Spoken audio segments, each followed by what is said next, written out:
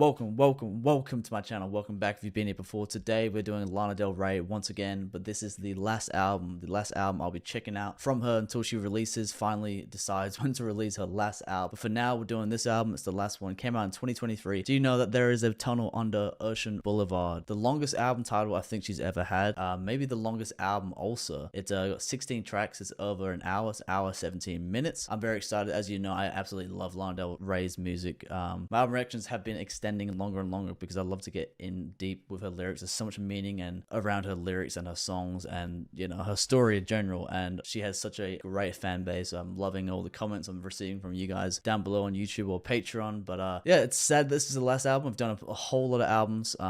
Didn't even realize I was going to be starting the Lana Del Rey journey, but just decided to one day. Checked out a few songs from my solo reactions I used to do, but now I'm dedicating just only doing album reactions and obviously exclusive content on my Patreon. But yeah, I did a few songs from her, just solo reactions, and then I decided why not check out all the albums because I've been doing the same with other artists. So I did it and I never looked back because I've been loving every album and just seeing her growth over the years. Obviously I've been checking out all of her albums in such a short period of time. Obviously you guys have probably been fans since 2011, so it's been a long time seeing her grow over time, but it's all mine's just clumped in one short period of time. But that's what I love. That's why I love doing these reactions. You know, you can fast pace all these albums in such a short period of time. But we'll get straight into it. As always, I'll be doing a ranking system, so every song I will rate from a scale from 1 to 10, pause in between, talk about it, and explain why I gave it a 5 to 10, 1 billion out of 10. Just kidding. But yeah, I'll explain the reason why I will vote it a certain rating. If you do like my content, as I've said, I mentioned Patreon before, I do exclusive content. So currently on Patreon, I have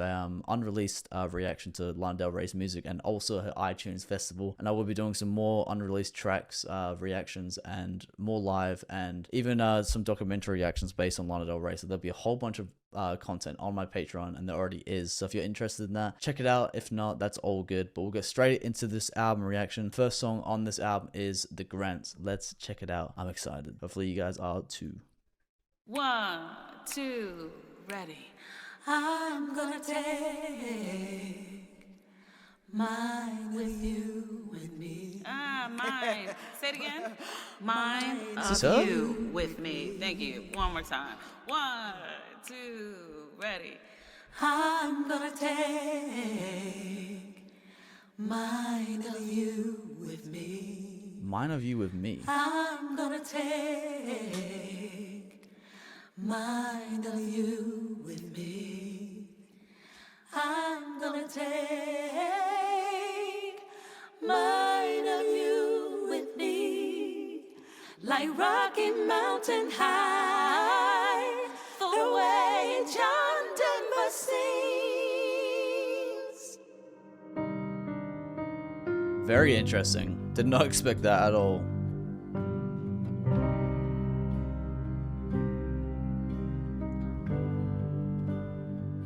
So you say there's a chance for us. Should I do a dance for once? You're a family man, but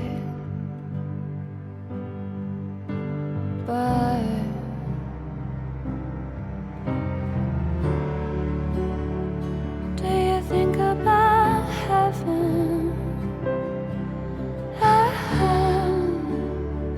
Do you think about me?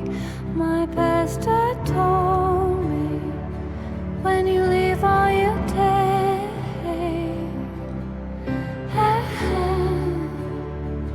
is your memory, and I'm gonna take mine of you with me. I'm gonna take mine of you with me.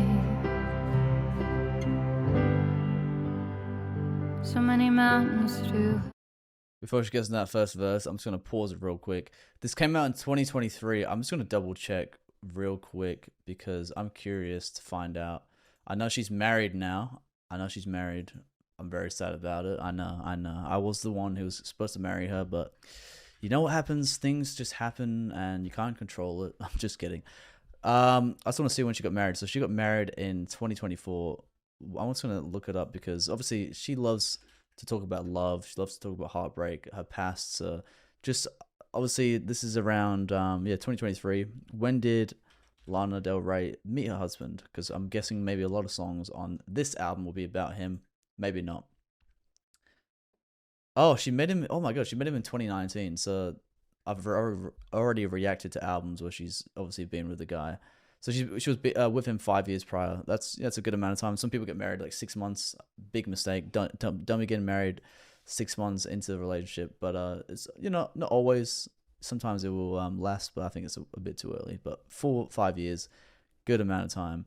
What is I didn't really get the intro. Like, what is it about? Who's because there was another voice with her. It didn't sound like her. John Denver, love his voice. Country roads take me home to the place I belong.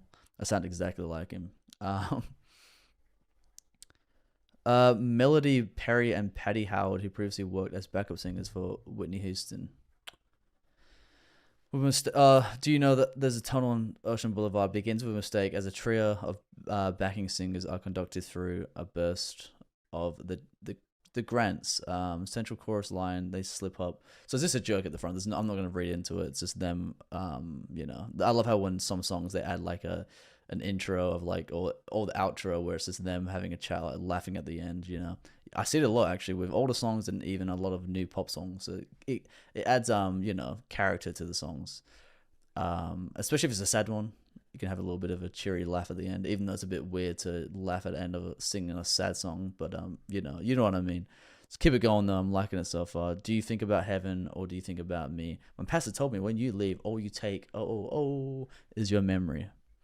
And I'm going to take mine of you. So she's in love with this guy. She's going to be taking the memory of her husband with her because, it's very rare to die at the same time. With me.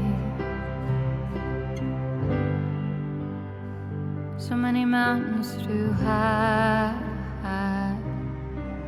to climb. So many rivers so long. But I'm doing the hard stuff. I'm doing my time. I'm doing it for us, for our family life. Wow. Do you think about heaven?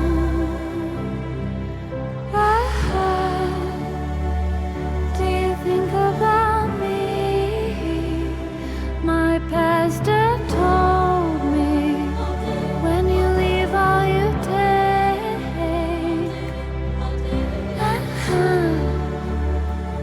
is your memories, and I wanna take mine of you with me. I'm gonna take mine of you with me. Yeah, I'm gonna take mine of you with me, like Rocky Mountain High. The way John Denver sings, my sister's firstborn child. I'm gonna take that too with me. My grandmother's last smile, I'm gonna take that too with me. It's a beautiful life. Remember that too for me.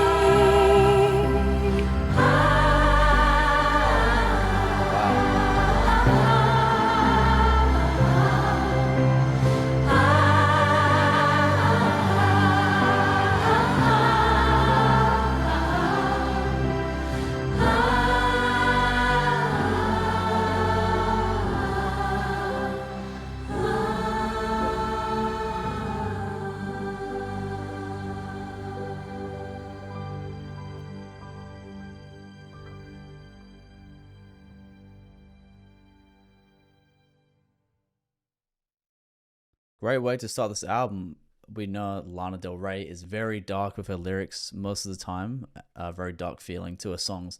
and I love it. I love depressing songs. I love meaningful songs. But this felt like just like a, taking all the best parts of life. Her sisters, so her, I guess her, not a granddaughter. She's not a grandma, but her niece, her memory of a niece, her grandma's last smile, all these positive things she wants to bring with her. And then she, at the end, she says, "It's a beautiful life. Remember that too for me."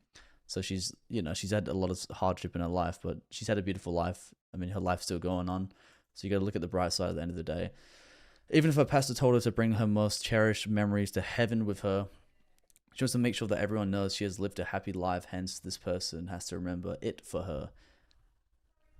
Yeah, very positive song. Very positive song. Do you think about heaven or do you think about me? In this utopia, would she be there?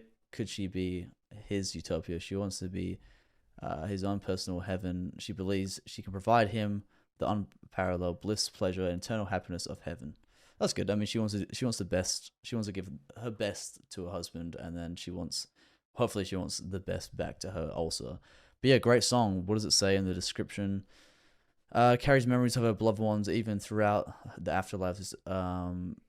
Denotes her caring characteristic, which she notably shows in the track. The piece also takes place in her ninth.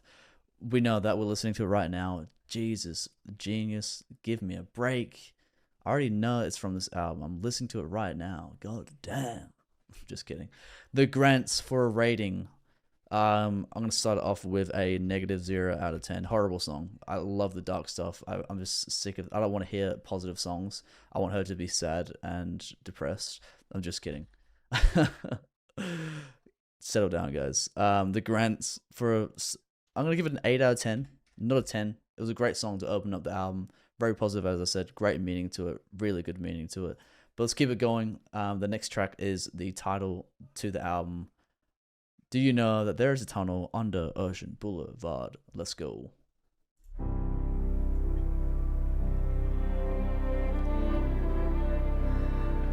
Violins. We love the violins. Did you know that there's a tunnel under Ocean Blvd? Mosaic ceilings, painted tiles on the wall. I can't help but feel somewhat like my body, mind, my soul. Handmade beauty sealed up by two man-made walls. And I'm like, when's it gonna be my turn?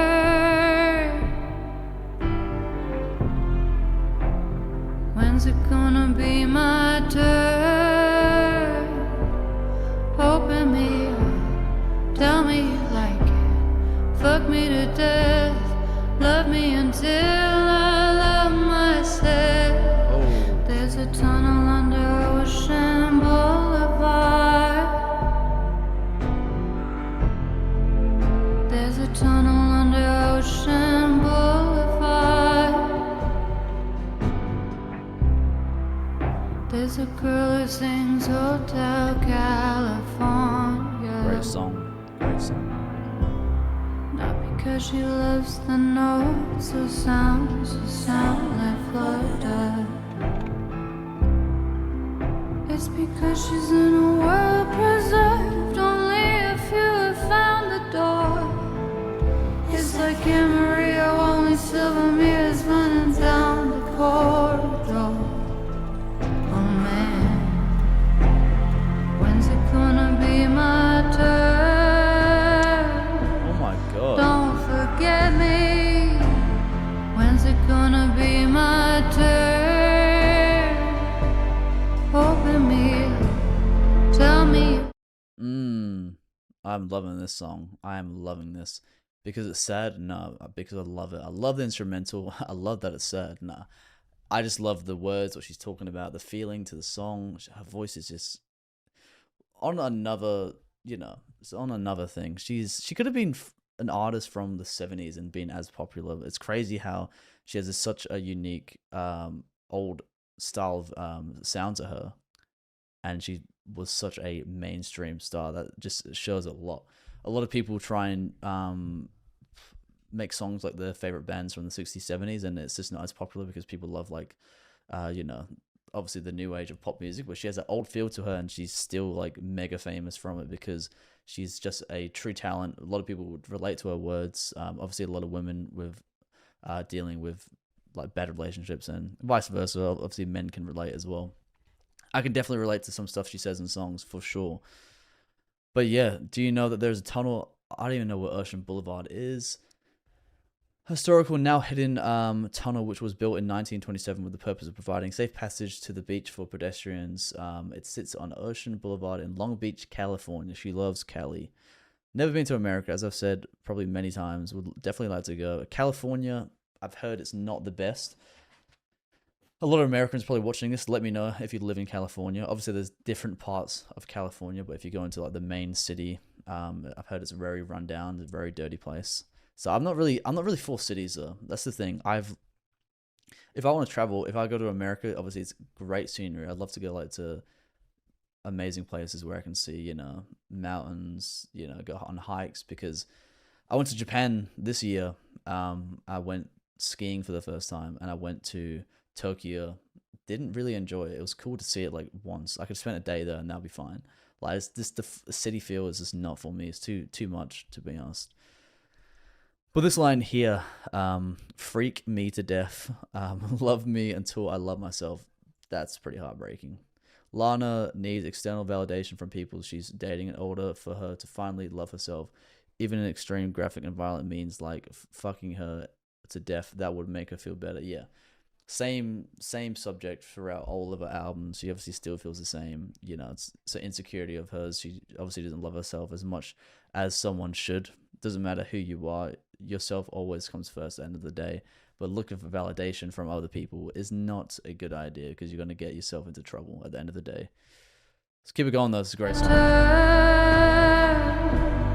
Don't forget me. When's it gonna be my turn? Love the chorus. Open me up. Tell me you like me. Fuck me to death. Love me until I love myself. There's a tunnel under Ocean Boulevard. Don't forget me. There's a tunnel under Ocean Boulevard. Barry Nelson has a song. His voice breaks at 2:05. Something about the way he says don't forget me makes me feel alive. I just wish I had a friend like him, someone to give me five. Running in my back, whispering in my ear, come on baby, you can drive. But I can't. When's it gonna be my turn? Don't forget me. When's it gonna be my turn? Open me up, tell me you like it. Fuck me to death, love me until I love myself. There's a tunnel under Ocean Boulevard. Don't forget me. There's a tunnel under Ocean Boulevard. Don't forget me. Like the tunnel under Ocean Boulevard. Don't forget me. Like the tunnel under Ocean Boulevard.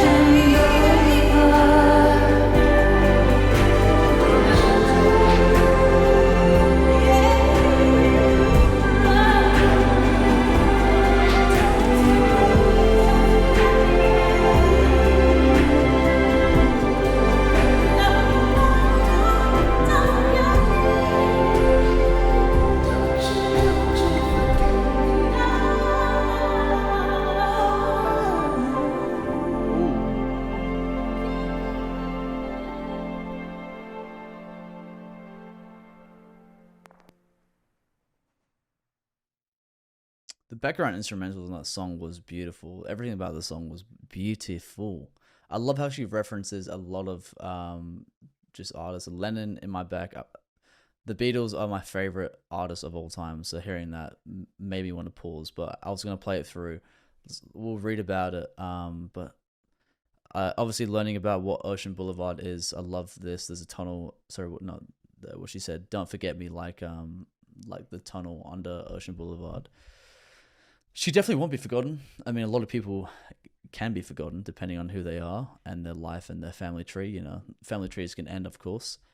But she definitely will have a digital footprint for the rest of time, for sure. You know, people remember Beethoven, like all these big artists from around different times. She's definitely one of them artists who will stand out, especially in the 2010s to 2020s, for sure. 110%. But Lennon in my back, whispering in my ear. John Lennon and Harry. So I don't know who Harry Nilsson is. Were close mates in the 1970s.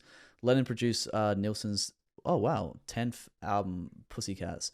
During Lennon's infamous Lost Weekend period, Pussycats contains Don't Forget Me, the song which Dell refers to in the verse as she mentions.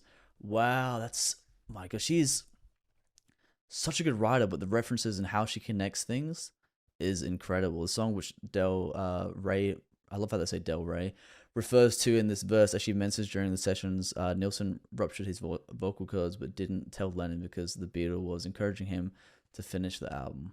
Yeah, I don't know. Let me know more about Harry Nilsson. I know every little fact about John Lennon, so don't bother. But yeah, amazing song. I love how she's connected all these references to Ocean Boulevard, to the song. Like, obviously she says his voice breaks at 2 minutes 5 seconds. Don't know what she's on about there, but obviously it is in that song. Don't forget me, as she was mentioning about Ocean Boulevard being forgotten. She's like, I don't want to be forgotten like Ocean Boulevard. All these things connect and intertwine. Really cool song, and that's why I'm going to be giving it a 10 out of 10. Title track is a 10 for me. First 10 on this album. Absolutely amazing song. And as I've said with all these songs I've reacted from Lana Del Rey, there's always so much information. Like, I'll listen to an artist and I'll have nothing highlighted here, and it's like, there's no point reacting to it, but I might as well listen on Spotify. But on here, it's giving me all this information, and there's going to be so much I'm not going to get from every single song. So if I miss anything, and it's very important, and if I've missed the connection, obviously let me know. But at the end of the day, it is my first time listening, and I can't obviously read through every single line because it will take me a billion years with Lana Del Rey, since there's so much information, which is incredible. It makes my reactions to her albums way more fun for me. But let's keep it going. I'm out of breath. I've been speaking too much. I'm gonna lose my voice like Harry Nilsson here. But Sweets is the next song. Let's go.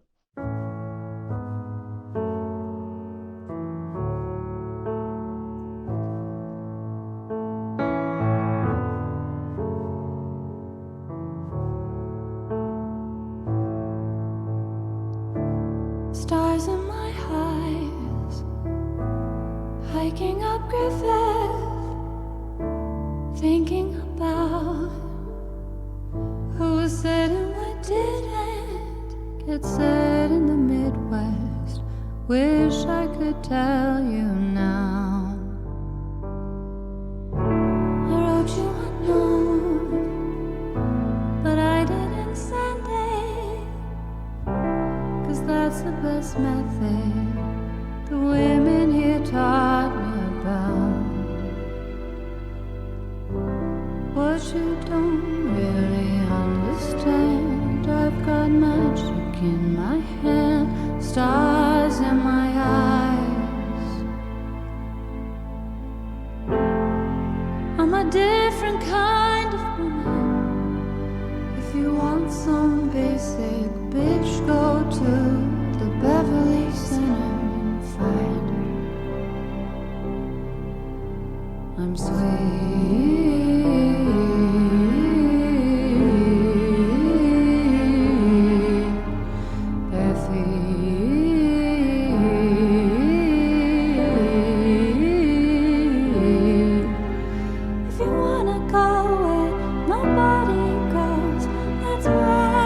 Find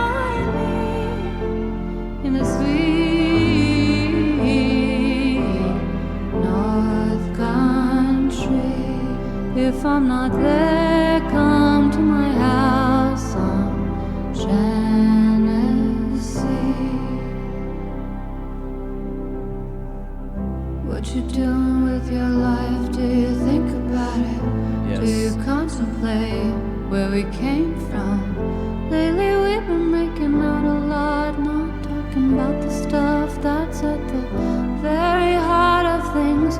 Do you want children? Do you want to marry me? Do you want to run marathons in Long Beach by the sea? I've got things to do like nothing at all. I want to do them with you. Do you want to do them with me? If you want someone, then just call me up and remember where I'll be. Sweet in bare feet, you can find me where no one will be. In the woods somewhere, in the north, in the heart of a valley, in the sweet North Country. If I'm not there, come to my house on Genesee.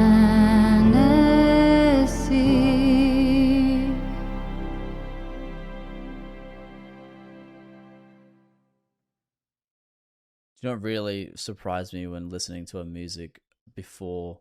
So I was obviously listening to like quite a few of her albums before I checked out her performing live, but I thought her voice was unreal, and I thought it was like highly like edited during production or something like that. And then I heard her perform live, and the way she just how her voice just it was exactly the same as the studio recordings, her live voice, if not even better from obviously the certain performance I watched.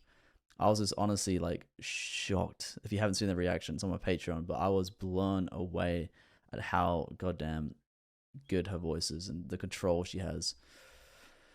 Wow. This was a short song. I didn't pause in between because I just wanted to let it go through. But Sweet is the third song. Yep, we know that. Come on. It's a melody track. Wait for Life by American producer and songwriter. Okay, it's not telling me much here. So it basically sounds like she's talking to especially here, she's talking to her husband, because she says, do you want children? Do you want to marry me? Do you want to run marathons in Long Beach by the sea? Because this is before they got married, obviously. Let's see if I'm right, but I'm guessing I'm probably right. Lana, as in many songs, like Fingertips, will the baby be alright? Will I have one of mine? Yeah, she does mention that a lot. I think it was Blue Banisters or maybe the album before, but she did make a song about her future child, and it was kind of sad to hear that she hasn't had kids yet, and I think she's like 40 now. I don't know, with women it's a scary age the older you get to have children, so hopefully she does have children if she truly wants them one day. Entire album consists of many references to childhood, having children, and a lullaby for a future child. Contemplates and expresses her need of having children. She changed her lifestyle from making out a lot to questioning her relationships because of her need of having children. She doesn't only see having sex as an act of expressing love and being in a relationship, but reflects on the need of having deep conversations, especially about their futures, including having children. Of course, I mean, have your fun, sleep around. You can sleep around obviously all your life, but I think like the typical thing is you're going to sleep around at a young age, and then the older you get, you obviously going to be thinking about children, and having a connection with someone is way better than one night stands, and having a family, of course, if that's what you want. Each to their own, though. Everybody is different. But yeah, obviously mentioned, do you contemplate where you came from? Obviously talking to a husband here. Great song though. I'm a different kind of woman. Lana is incredibly unique, not just in personality, but music. She's saying she's different and unique, never seen before. As I said, like she could be as popular as she is now back in the 60s and 70s, and the fact that she's this popular with the style of music that she's creating is insane. And that's the thing with people don't understand. All these majority of the time, all these artists that come out, like this new artists, and everyone hates on them not most of the time, but a lot of the cases, everyone's going to be loved by them, and they're going to like be like, hey, why did we hate on them? It happened to Elvis, happened to her, it's happened to many different artists. Someone who's just doing their own unique style of music, they get pushed away from people who don't truly understand how great this new sound is. And it's a story that's been told a billion times by different artists, different bands. if they're doing something different, you can do something different and it can sound horrible. But if you're doing something completely different that's never heard before, and it works, like there's a massive audience, then you're doing something right, and it's not gonna be for everyone, of course. I'm gonna give Sweet. I'll give it a 8 out of 10. I still think this second track is my favorite so far. But let's keep it going. We've got a whole bunch of songs on this album. A and W is next. It's a 7-minute, 13-second song. Let's go.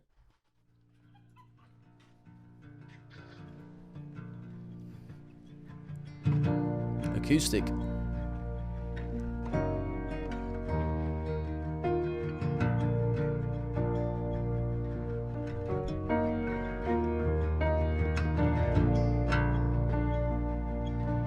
Very raw sounding. You can hear every little ting-a-ding, ting-ting-ting on the guitar.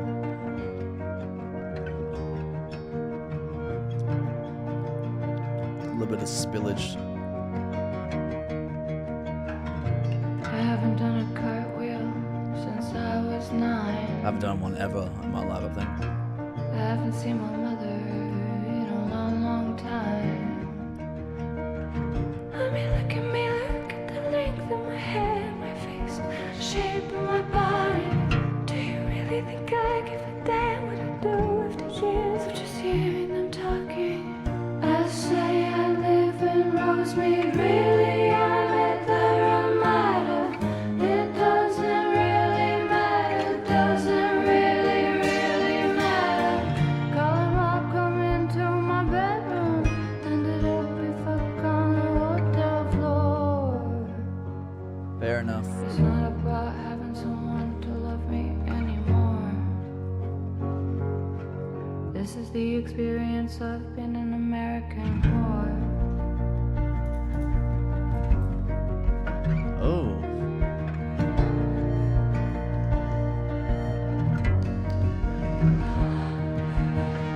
Called up one from called up another. Forensic files wasn't on. Watching Teenage Diary of a Girl, wondering what went wrong. I'm a princess, I'm divisive. Ask me why I'm like this. Maybe I'm just kinda like this. I don't know, maybe I'm just like this.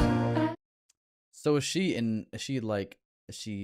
hanging? She's hanging around at a hotel, motel, and it seems like she's just sleeping with guys, having fun. This is probably her in the past. Let's read about it. I haven't done a cartwheel since I was 9. I'm guessing she hasn't done a cartwheel since she was 9. Yep. Cartwheels represent a young child's carefree spirit, unrestrained self-expression, and innocence to grow out of the activity. Yeah, so it's basically, transition to adulthood. I love that. I love that. First line. Didn't think about that. Obviously, reading it, you'd learn more and more. There's always these little connections, and as I said, I'm going to miss out on a whole bunch. I haven't seen my mother in a long time. Navigating life as a woman without her mother figure. Lana has always had a disdain for her mother since she was a small child, although the reason is unknown.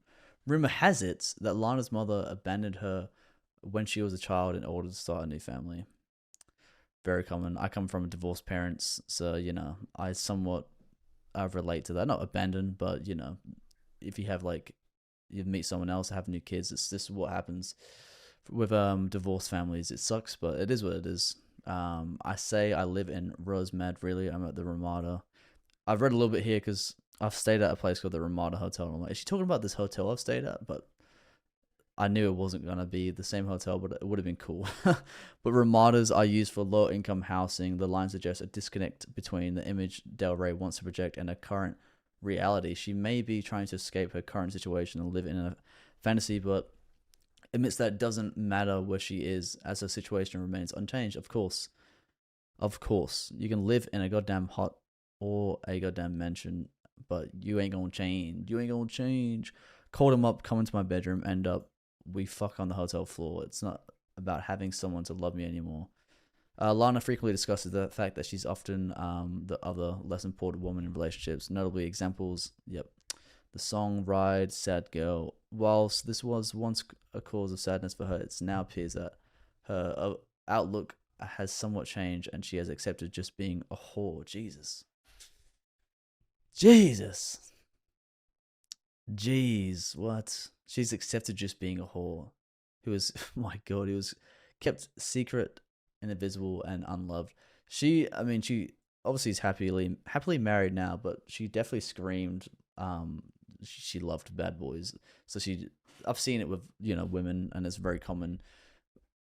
A lot of them are oblivious about it. They obviously chase a bad boy, and then they get heartbroken when this person treats them a certain way. But everyone around them has seen it. They're obviously blind to the fact that this person's not a good person, and they're just using the girl, or vice versa, using the boy for the wrong reasons. Yeah, she was mentioning it again. Call him up or again. She said it's not about having where is it?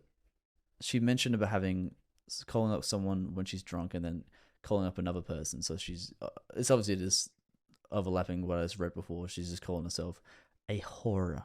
I don't want to say that word. I don't want to call a woman that either. But yeah, I mean, she's, as I said, very honest artist. She just gets straight to the point. She doesn't hide stuff. She doesn't, shadow it away. She just throws it on the piece of paper and then sings it into the microphone with some amazing violins, acoustic guitars. Like this song, the instrumentals are always phenomenal. Let's keep it going. I'm loving the feel of the song so far. Watching Teenage Diary of a Girl, wondering what went wrong. I'm a princess, I'm divisive. Ask me why I'm like this. Maybe I'm just kinda like this. I don't know, maybe I'm just like this. I say I live in Rosemead, really I'm at the Ramada. It doesn't really matter, doesn't really matter. Come up, it comes over again. Yeah, I know I'm over my head, but it's not about having someone to love me anymore. Now this is the experience of being an American whore. Damn.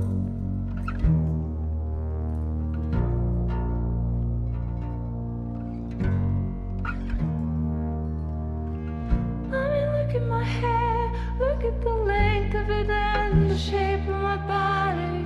If I told you that I was made, do you really think that anybody would think I didn't ask for it? I didn't ask for it. Won't testify, I already fucked up my story. On top of this, Oh, jeez. so many other things you can't believe. Did you know a singer can still be looking like a side piece at 33? Gosh, I turned on the bed, Oh. puts the shower on while he calls me. Sleeps out the back door to talk to me. I'm invisible, look how you hold me. I'm invisible, I'm invisible. I'm a ghost now, look how they hold me. It's not about having some. I have to pause there. If you're new to my channel, with these type of reactions, I'm going to be pausing a lot, but pulling it back. God damn, this is probably one of the most brutal verses I've had to. One of the most brutal verses I've heard from Lana Del Rey. It's very common. A lot of women deal with this. I'm not going to say the word. You've heard it. American society, especially Hollywood, women are expected to use their hair, body, and clothes to meet a certain standard of femininity to be taken seriously and given worth. However, once they've reached that standard, these feminine traits are used against them to blame them, take them less seriously, and yeah, that's what I'm saying. Like typical blonde, like that's what they like. You're dumb because you're blonde. If you look a certain way, people are gonna judge you. Either they're jealous or just assume that you're stupid. But it's not the case if you don't judge someone. I mean, I'll be honest. Everyone judges someone by the cover. I normally judge someone by the cover if they look like an aggressive person. So I'm like staying away. But you can always judge someone by the cover, but depending on how you judge them, and you don't just act on your judgment straight away. You got to get to know them first. But of course, judge someone by the cover.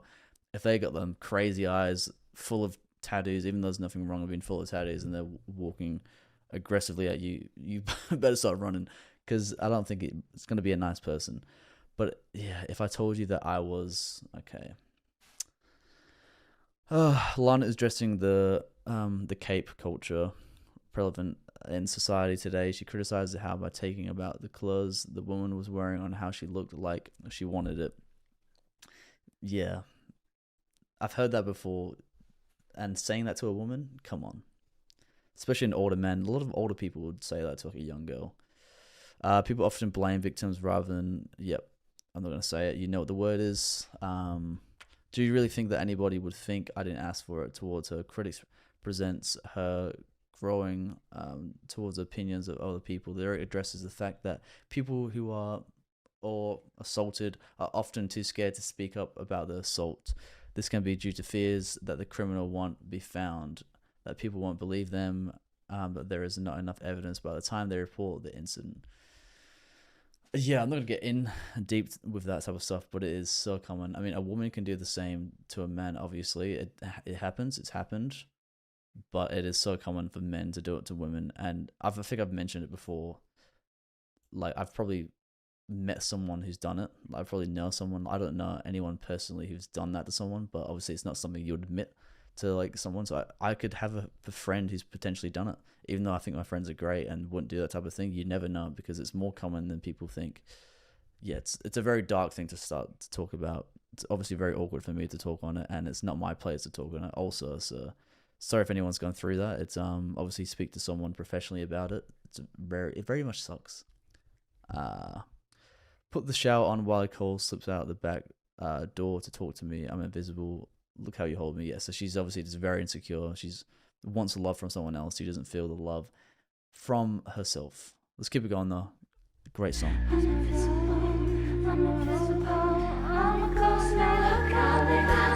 not about having someone to love me anymore. Okay. Now this is the experience of being an American whore. There we go. Ooh. It's not about having someone to love me anymore. Now this is the experience of being an American whore.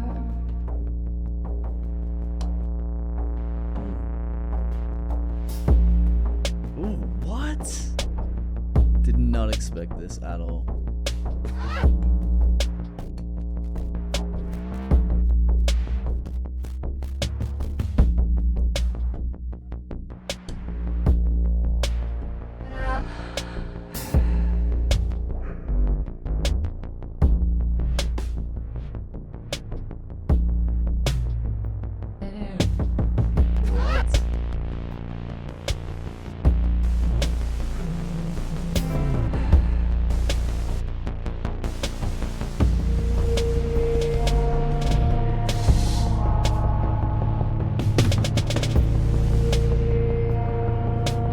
Some trap beats.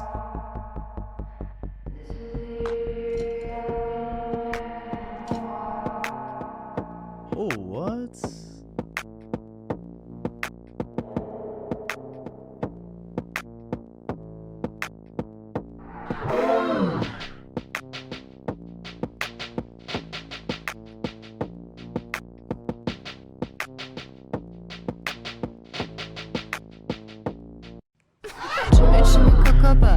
Jimmy right, Jimmy cocoa, Jimmy get me high. Love me if you love enough, you can be my life. Jimmy only love me when you wanna get high. Jimmy only love me when you wanna get high. Jimmy only love me when you wanna get high. Jimmy only love me when you wanna get high. Your mom called, I told her you're fucking up big time.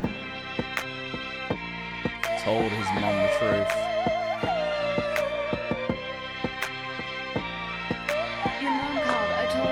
Fucking up big time. Jimmy cocoa, Jimmy right. Jimmy cocoa, Jimmy get me high. Love me if you love enough, you can be my life. Jimmy only love me when you wanna get high. Jimmy only love me when you wanna get high. Jimmy only love me when you wanna get high. Jimmy only love me when you wanna get high. Your mom called, I told her you're fucking up big time. Jimmy, you should switch it up, maybe light it up. Jimmy, if you leave the house, find me in the club. Like Jimmy, if you switch it up, you should light it up. Jimmy, if you leave the house, find me in the club. Your mom called, I told her you're fucking up big time, but I don't care, baby. I already lost my mind. If you light it up, find me in the club. Your mom called, I told her you're fucking up big time. Jimmy right. Jimmy cocoa, Jimmy get me high. Love me if you love enough, you can be my life. Jimmy only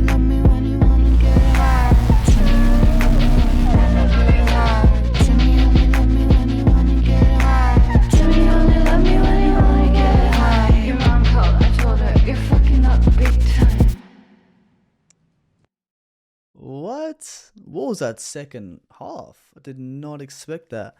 It was a goddamn trap beat. I mean, I know she loves her hip hop. That was insane. I don't know who Jimmy is, who Cocoa Puff is. But he's fucking up. She's told his mum. What is the most prevalent motives of taking drugs, destructive relationships with lovers, self-esteem issues, Americana, and nostalgia that reappear throughout Lana Del Rey's discography are very apparent here. Cocoa Puff is slang term used to refer to a cigarette that has had the powder form of illicit substance cocaine put inside. I didn't know that. You can smoke cocaine. The more you know. Whilst it is unclear whether Jimmy is supposed to represent a person or the drug itself, Lana essentially serenades a feeling of a cocaine high. So yeah, obviously she's high on cocaine. You're like, blah, blah, blah, blah, blah. You're like, speaking probably 100 million words at once. Yeah, did not expect that. I don't know the connection between this half of the song. It threw me off hard ways. Did not know the song was going to transition to that. Yeah, I don't know what to feel about. I mean, I love that second half. That was crazy. That was honestly crazy. For a rating, I'm gonna give it a 8.5 out of 10. A little bit better than the previous one. Still not better than the second song in my opinion. But yeah, if I've missed anything with this connection with the second half, let's say here. There's a 7-minute rant track that splits into 2 sections with Lana narrating and anecdote that begins in her innocent childhood. And yeah, so obviously this is the same song where she mentioned, what is it? Yeah, haven't done a cartwheel since I was 9 years old. Yep.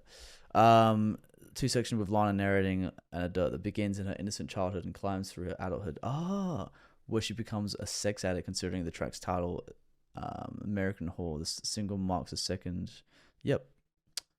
That's actually pretty cool. So it's just basically going through her life to, I guess, from her childhood to maybe her early 20s, because I don't think she was at that state now.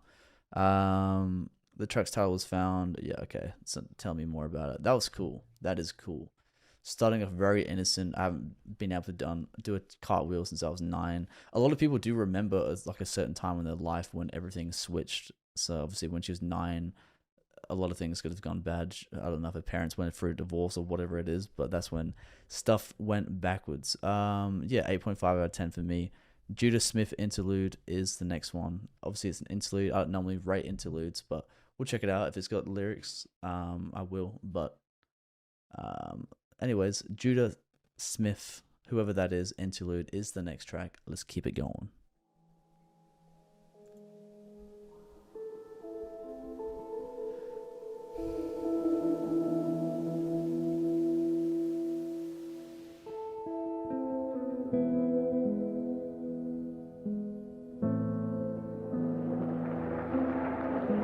Applause. Do you understand what that means? It means quit lusting after your neighbor. That's a heck of a life. You get to love your children in front of you. You get to love. You ever talk to somebody? I want a new life. I don't love my wife anymore. I don't love my kids anymore. I'm missing out on life. They're usually my age. Does that sound like love? It's a life dominated with lust. And for too long they've been holding on. And finally they just get weak and they say, it doesn't matter anymore. And the Spirit of God says, I'll infuse you with desires for what you have and what's in front of you. Yeah. Desires for what you have. So, as He works deep in your heart, as you call out to Him, say, I'm here, do it in me, man. Help me want what I got. Help me love what's in front of me. Help me want more of my wife and more of my friends. And help me serve the city I live in and not wish it away and hope I can move. Help me, God. I want to be a man of love, not a man of lust. But you got to do that. And so I bring you to this verse and I'm done. Psalms chapter 8. And do you know where I got this verse? This is going to sound crazy to you, but I'm going to tell you the absolute truth. It's going to make me sound so spiritual, so I'm looking forward to it. I woke up this morning and God said, check the Bible out. I don't know if it was God, but it felt like God. And I had the thought in my head, check the Bible out. I'm going to speak to you from the verse of the day. That means I don't have to look anywhere. I just get the verse of the day. So I get to the verse of the day, and here's the verse of the day today in the Bible. Look at this. Look at the splendor of your skies. Your creative genius glowing in the heavens. When I gaze at your moon and your stars, mounted like jewels in their setting, I know you are the fascinating artist who fashioned it all.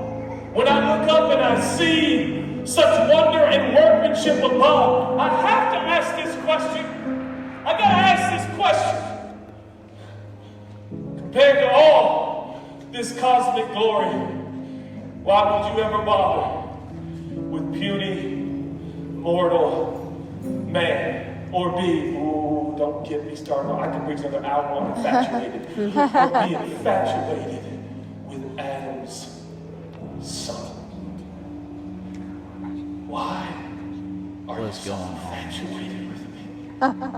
You're the star reader, you're the ocean maker, you're the whale creator, you're the rhino designer. Who are you, man? Rhino designer. And it goes on verse 5, and it says, yet what honor you have given to me. Created only a little lower than Elohim, which is the name of creator God, artist God. You want to call God artist at some point tonight before you go to bed? Yo, Elohim, I love you. And he'll hear, you're the best artist ever. That's okay. The Lord Elohim crowned by kings and queens with glory and magnificence. You have delighted, you have delegated to them mastery over all you have made. You've made me a partner with you. I used to think my preaching was mostly about you. And you're not going to like this, but I'm going to tell you the truth. I've discovered my preaching is mostly about me. What on earth?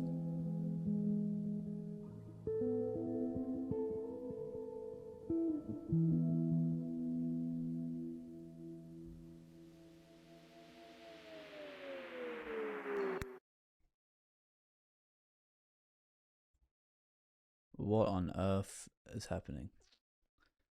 Is it like, I literally think that was Lana Del Rey reacting to this verse. He was talking about chasing love instead of love. I mean, sorry. Oh my god, chasing love instead of lust. That's what I got from it. But then I just honestly got lost. He was just sort of yelling out of nowhere and then going lower and then yelling, and then Lana Del Rey was reacting. So I'm like, what do I pay attention to here? But let's just read about it, because that was a whole lot of information and such a 4 minutes of a 4-minute speech. Come on. I'm not going to remember everything he was talking about. Judah Smith is this celebrity pastor and the co-founder of the megachurch, along with his wife Chelsea. Smith was a pastor that performed Justin and Hailey Bieber's baptism. What? Have attached a number of high-profile celebrities, including Selena Gomez, the Kardashians, and Lana Del Rey herself. Del Rey was most recently spotted leaving Smith's Los Angeles congregation in January. Smith has received personal criticism for sharing anti-abortion and anti-LGBTQIA plus opinions as well. I mean, I think every Christian religion probably does, right? As well as claiming that an unmarried couple living together is a sin. Okay, I'm not getting into religious stuff, but yeah, I definitely felt a religious theme to this album, because I think she mentioned it. I didn't mention it before, but I was hearing it in some of the lyrics. Did she become when did Lana Del Rey become religious?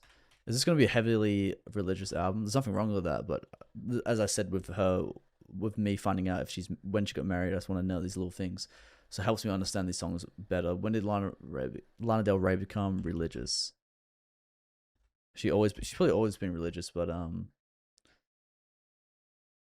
did not suddenly become religious. Rather, she was raised Catholic, attended Catholic schools, and sang in a church choir as a child. Her personal spirit has evolved through life experiences and hardships rather than following a strict traditional religious.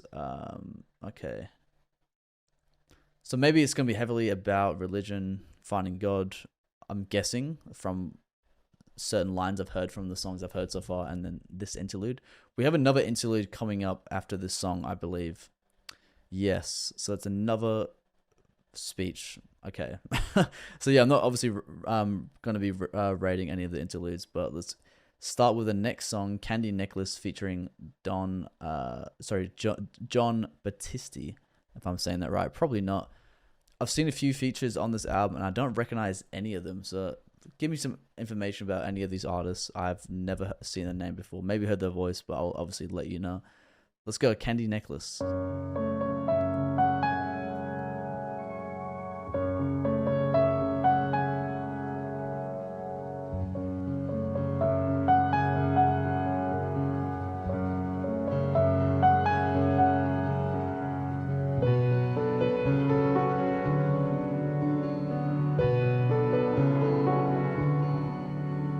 Wi-Fi, cinnamon on my teeth, and I'm sitting at the stoplight, northern town.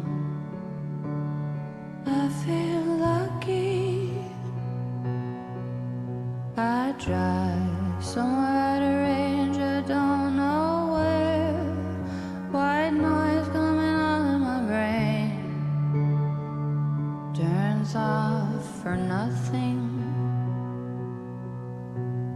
Rockefeller, my umbrella, God, I love you, baby.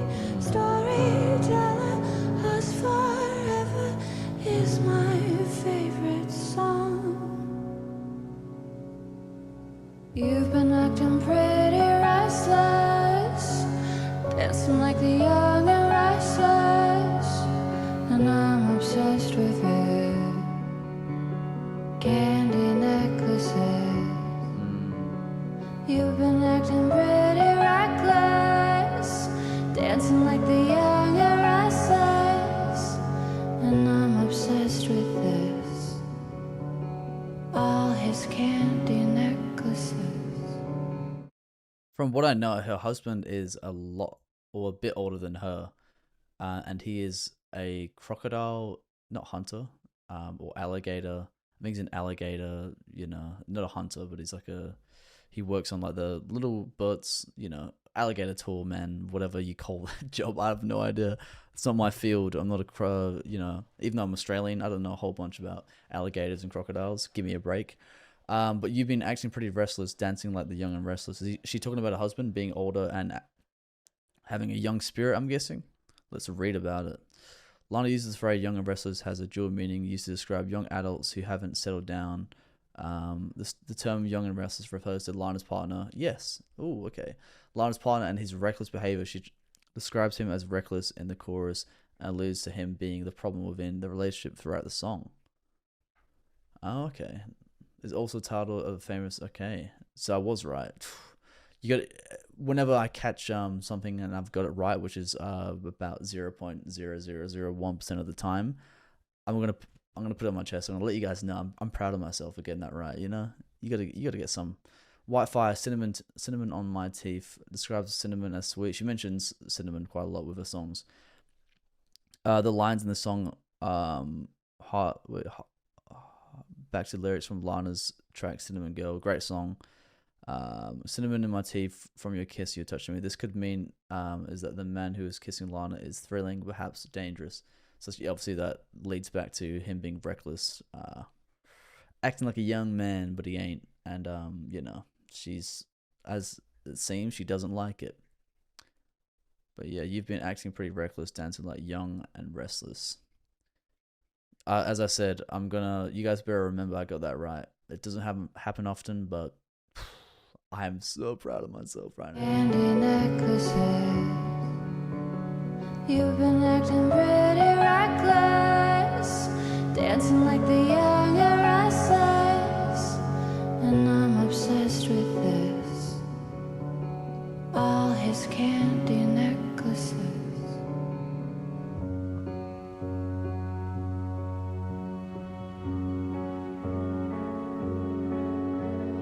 sitting on the sofa feeling super suicidal. I hate to say the word, but baby, hating on the Bible, I do feel like it's you, the one who's bringing me down. Thought that we were cool and we were kicking it like Tribe Called Quest. You're the best, but baby, you've been bringing me down. I can see it now. Rockefeller, my umbrella. God, I love you, baby. Fortune teller, favorite ever. What's the story of us? You've been acting pretty restless, dancing like the young and reckless, and I'm obsessed with this. Candy necklaces. I think that we should address this, acting like the young and restless. I'm obsessed with this. All his candy necklaces.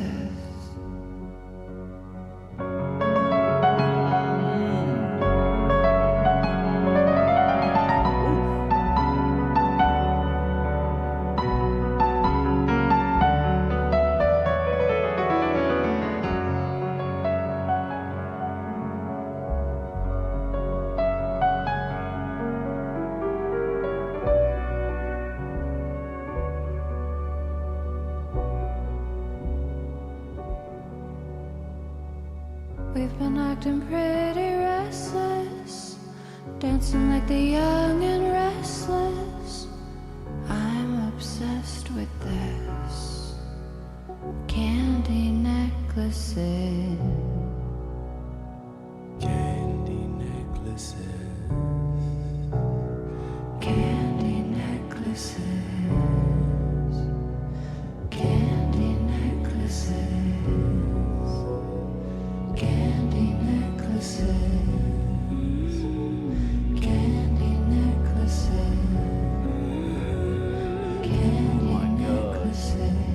I'm obsessed with candy necklaces. Candy necklaces. Candy necklaces. Candy necklaces. Candy necklaces. Candy necklaces. Candy necklaces. Candy necklaces. Jeez Louise. Candy necklaces.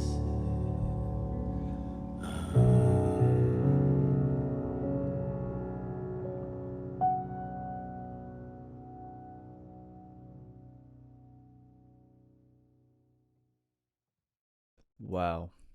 I had to look up the meaning because obviously the name was, I don't know why I didn't look up the meaning for candy necklaces when I paused for the first time. Oh my god. So what it says here for me with genius is a meaning for possibly referring to, so possibly it's not confirmed, to ending your life, the sweet escape a noose can bring. That's wild. That is wild. But I was gonna pause after that certain verse. It was very hard to listen to. Sitting on the sofa feeling super, let's see what it says. A possible reference to Marina's 2012 song Teen Idol. Feeling super super, yep. Marina was also an old friend of Lana's until her fallout in 2020. That verse was crazy, the way she even sung it. I thought we were cool and we were kicking it like the Tribe Called Quest. Is that a band? I'm not too sure. Yeah, it's a song. You the best, but baby, you've been bringing me down. I can see it now. Wow. Sounds like she would not be with this man anymore, or she could be referring to someone else. Obviously, since her references could be from before this and that and that. You don't know. You can't really connect everything together as one person. But that's wild. She definitely is still married because I'm pretty sure I looked it up before. Let's just double check. Yeah, she's still married to Jeremy DeFerney or something like that. Yeah, great song though. Honest to God, I'm gonna give it a 10 out of 10. I absolutely love that. Maybe I just love sad songs. Maybe I just give sad songs such high ratings, but I just feel like it's just the emotion and, you know, learning the meaning behind Candy Necklace.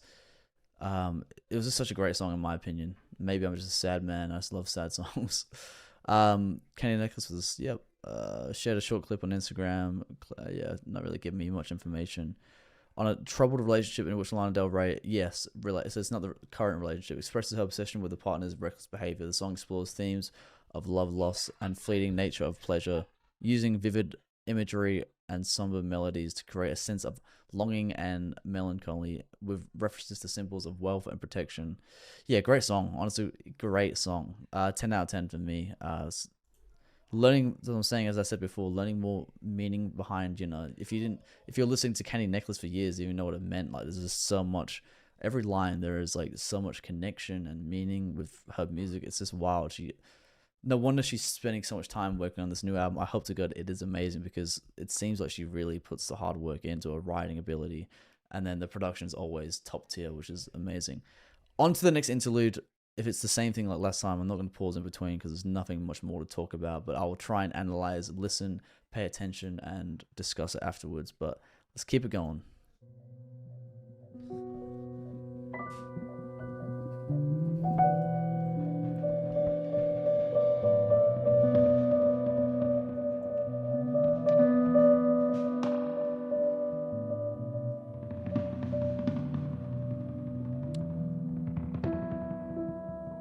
So the last guy is in this as well. John Batiste. John Batiste.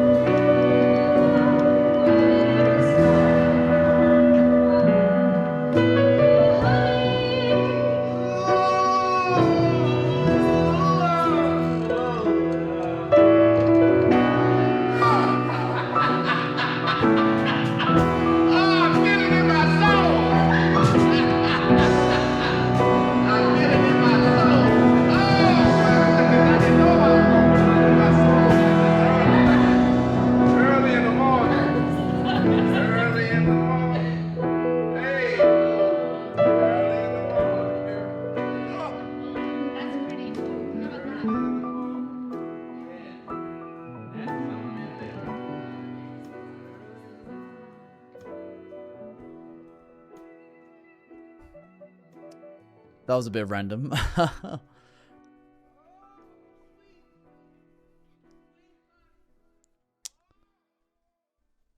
Yeah, I'm not gonna get into that. That was obviously it's an interlude. It literally is just basically saying they're having fun, experimenting with the piano. I'm not rating it. It shows, I guess, the fun she has in creating this album. I don't know the meaning of it, but let's go on to the next track. I'm not rating it. Um, Kintsugi. Don't know if I'm saying it right, but let's check it out. There's a certain point the body can't come back from. In 1 year we've learned the turn of the mouth, the depth that the chest cavity takes. Chucky was there for 3 out of 3. I was there for the third, 'cause I couldn't be there for the one who was closest to me. But I can't say I run when things get hard. Ooh. It's just that I don't trust myself with my heart. But I've had to let it break a little more, 'cause they say that's what it's for. That's how the light shines in.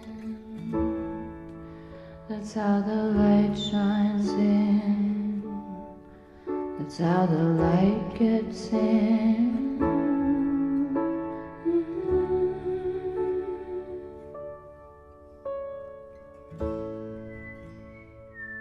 My God, this is beautiful. This is gorgeous. Oof. Shiver in my spine. Everyone was there, they were standing laughing, and I'm on the side with my tears streaming down. There's something about the clutch of the wrist. He thought mine was his to cough into his mouth. We've only got hours. And I just can't stop crying, 'cause all of the ways when you see someone dying, you see up your days flash in front of you. Oh yes, true. And you think about who will be with you. And then there's Donahue. Oh my God, this is a beautiful song. Sent shivers down my goddamn spine. The tone of it, what she's talking about. It's just that I don't trust myself in my heart, but I've had to let it break a little more, because they say that's what it's for. Whew. Man, she's such a good writer. Lana appears to be referring to the popular idea that the heart was made to be broken. A quote by poet Oscar Wilde from his 50,000 word letter that he wrote during his imprisonment. Wilde reflects on how his hardship filled him with experience, even if it was painful to endure, which is a similar sentiment to the idea of King. I can't really say the title properly, but you know what I mean. Lana Kintsugi. Lana is saying that she had to allow her heart to break, because that is what hearts are believed to be for. By letting it break, she can piece back together in this style of Kintsugi to allow it to be full of light and then become golden. That's like they say that with just life, or just career opportunities. If you want to be successful, you got to go through all that. You got to break your heart, you got to break your wrist, you got to break your back to get to that point. Is it the same for the heart? I don't know. I haven't really thought about it, to be honest. But the verse here where she's saying about losing her loved ones, am I going too far? So I love how slow she's singing. It's so beautiful. The tone, the piano. I've said this with many reactions where a lot of artists have a similar tone to Lana Del Rey, or theme, like very dark theme. It's always the piano on the darkest songs. Like, it's the perfect instrument to play these type of songs, in my opinion. And from what I've seen, the darker songs always have a slow piano. It's just got that feeling. If you hear a fast piano, you're gonna, let's get a bit groovy. Let's get a drink some. Let's dance. Let's go to town. But if you hear a slow piano, you're gonna be there with your whiskey glass, swirl, or your wine glass, swirling it around, a little sip, and then straight liquor. you're trying to hide them dark thoughts with alcohol. I don't know where I'm going. I always, go on wanders with my speeches I give between these songs. You guys know if you've been here before. Sometimes I say random stuff.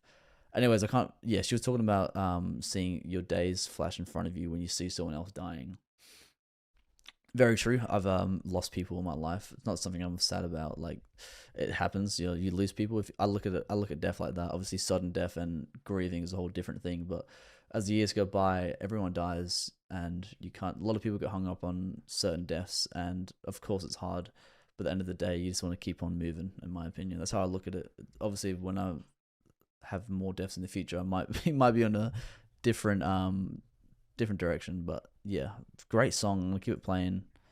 Wow, we're not even halfway through yet of the song. See of your days flash in front of you, and you think about who will be with you, and then there's Donahue.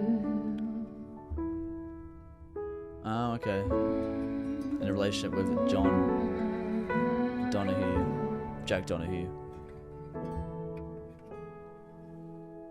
Daddy, I miss them. I'm in the mountains.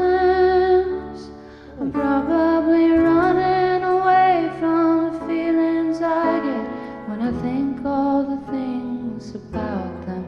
Daddy, I miss them. I'm at the Roadrunner Cafe. I'm probably running away from the thoughts in the day that have things to do with them, but they say that's how the light gets in. That's how the light gets in. That's how the light gets in. Think by the 3rd of March I was cracked open. Finally the ground was cold, they wouldn't open. Brought by the sunlight of the spirit to pour into me. There's a name for it in Japanese, it's kintsugi. They sang folk songs from the 40s, even the 14-year-old knew Froggy came a-courting. How do my blood relatives know all of these songs? I don't know anyone left who knows songs that I sing. That's how the light gets in. That's how the light gets in.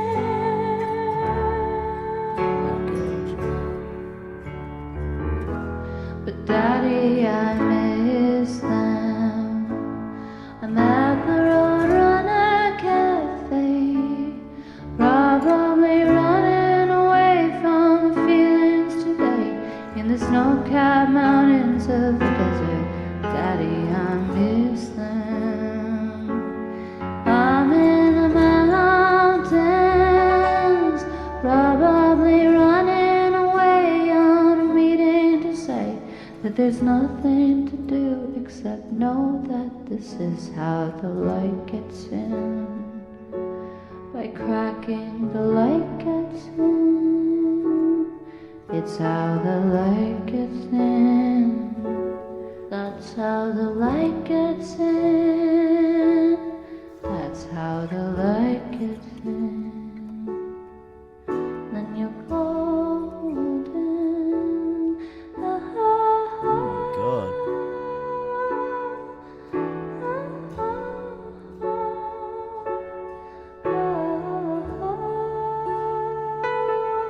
Just another folk song that I just heard, but that's okay. Till the light gets in. It's how the light gets in. It's how the light gets in.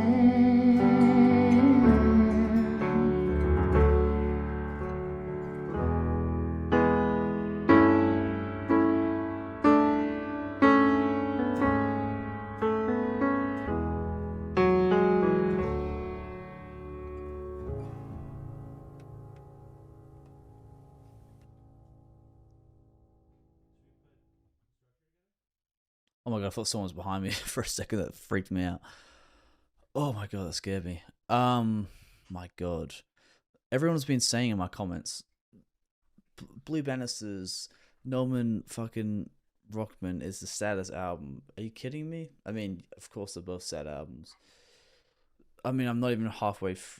Maybe I'm halfway through this album now, but what? That song made me just picture me. As I was mentioning Japan, I was in Japan this year, and she was saying running away to the mountains, and I'll look more into these lyrics.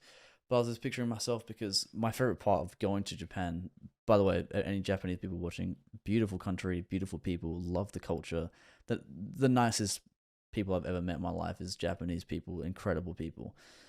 But the point I'm making is I hate the city. Hate any city. Like, I think it's overrated. You know, historical things, if you're really into that, of course. But I think all cities are overrated. It's just too much. But my favorite part of that trip was going to the mountains. As I said, skiing. I remember just sitting outside my. I was in like a hostel, my little cabin, and it was this piece. Went skiing for the day, and then I was just sit at the porch. It was obviously cold weather, full of layers, and staring at the mountains at the sunset. It was just the most peaceful thing, and I was just picturing her saying running away, and like it's a great place to just get away from the chaos and just think about life, or just think about nothing. You don't even have to think about something. Just it's just pure relaxation. I just love that. As I said, when I was younger, I thought the city was like the place to be. Like, I think I watched too many episodes of Friends as a young kid, and I thought that was the life to live. And then it's, you know, it's not reality at the end of the day. But just being at a mountain, being in the wilderness is it's great therapy for yourself, I reckon. Let's read about this song though. I will give it a rating, but let's find out more about this. I'm at the Roadrunner Cafe. The snow-capped mountains of the desert. This is likely a reference to the Roadrunner Cafe outside of Santa Fe, New Mexico. The family-owned cafe has been featured in. Okay, don't really need to know about that. There's nothing to do except know that this is.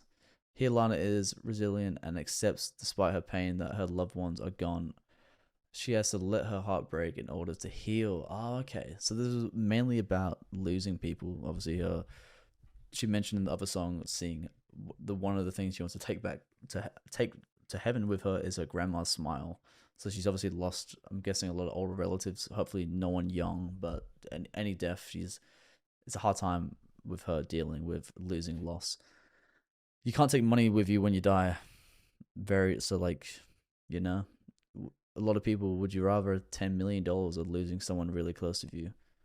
A normal, non-sociopathic psychopath would say keep the person with you, of course. But, you know, if you're a little bit of psycho, you're like, give me that money, give me the money.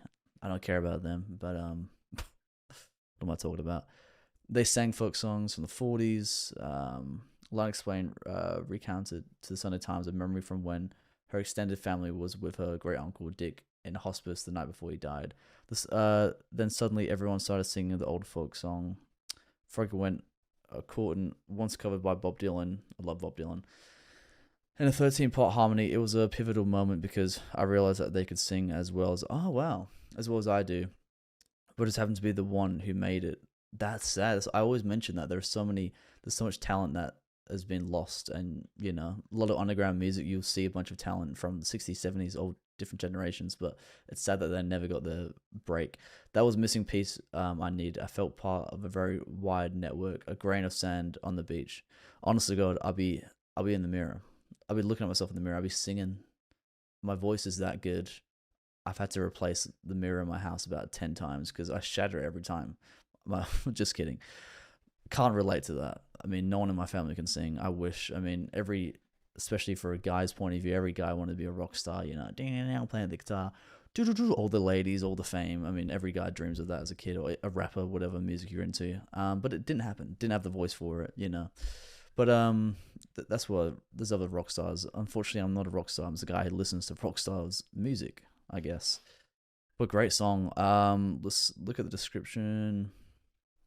8th song is the Japanese art of repairing broken pottery by mending the areas of breakage with dusted or mixed with powdered gold, silver, or platinum. The method is similar to Makey technique. Okay, that's cool. Cool song. It is for sure my favorite.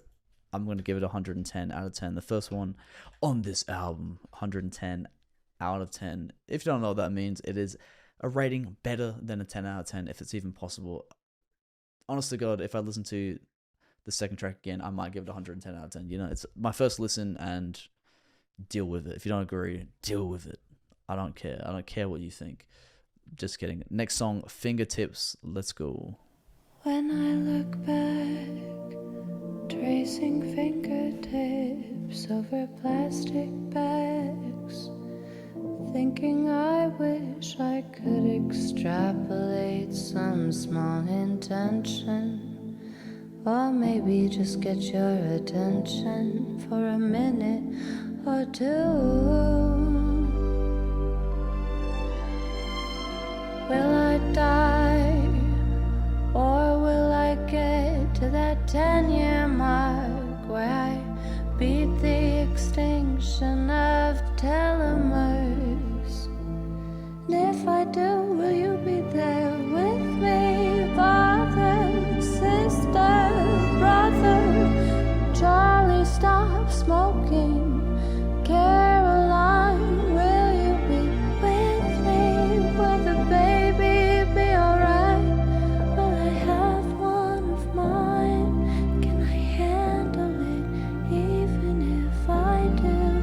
They said that I'm mine. It's not fit, or so they said, to carry a child. I guess I'll be fine. It wasn't my idea, the cocktail of things that twist neurons inside, but without them I'd die. They say there's irony in the music, it's a tragedy. I see nothing Greek in it. Give me a mausoleum in Rhode Island with Dad, Grandma, Grandpa, and Dave, who hung himself real high in the national park sky. It's a shame, and crying rain, I'll never get to you, save you.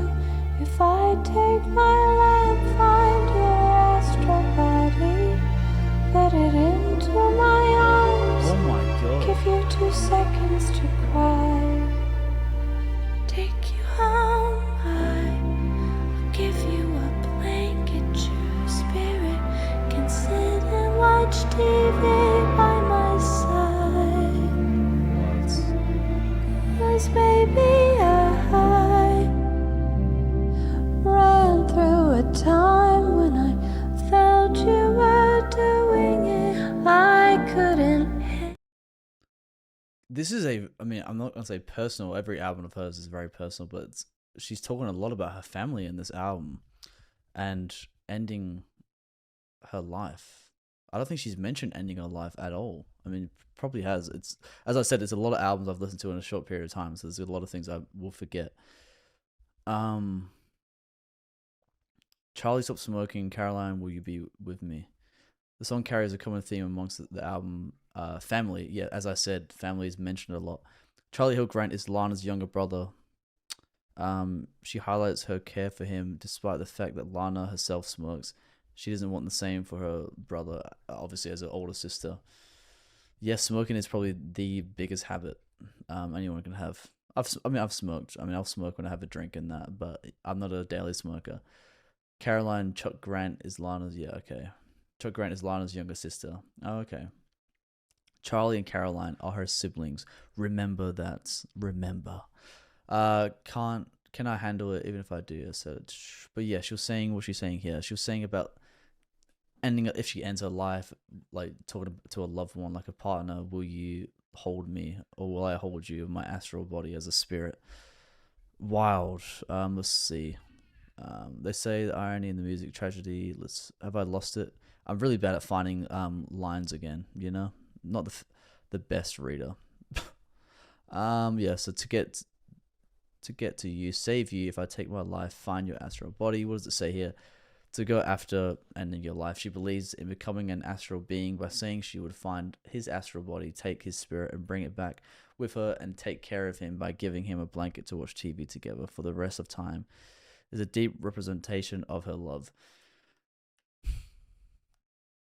Yeah, wow.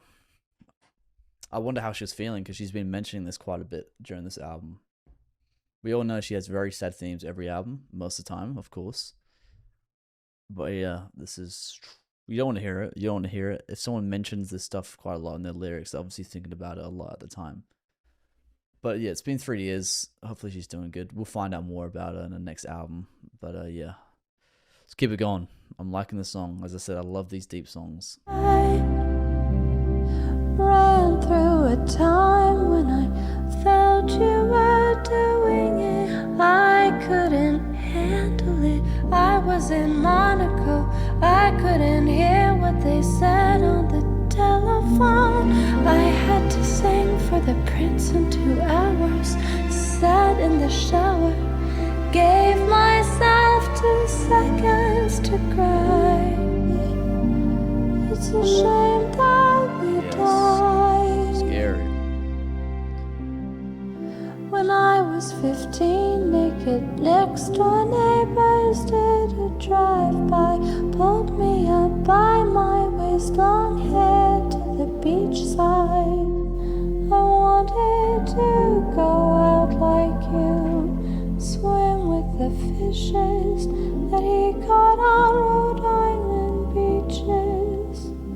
But sometimes it's just not your time, Caroline.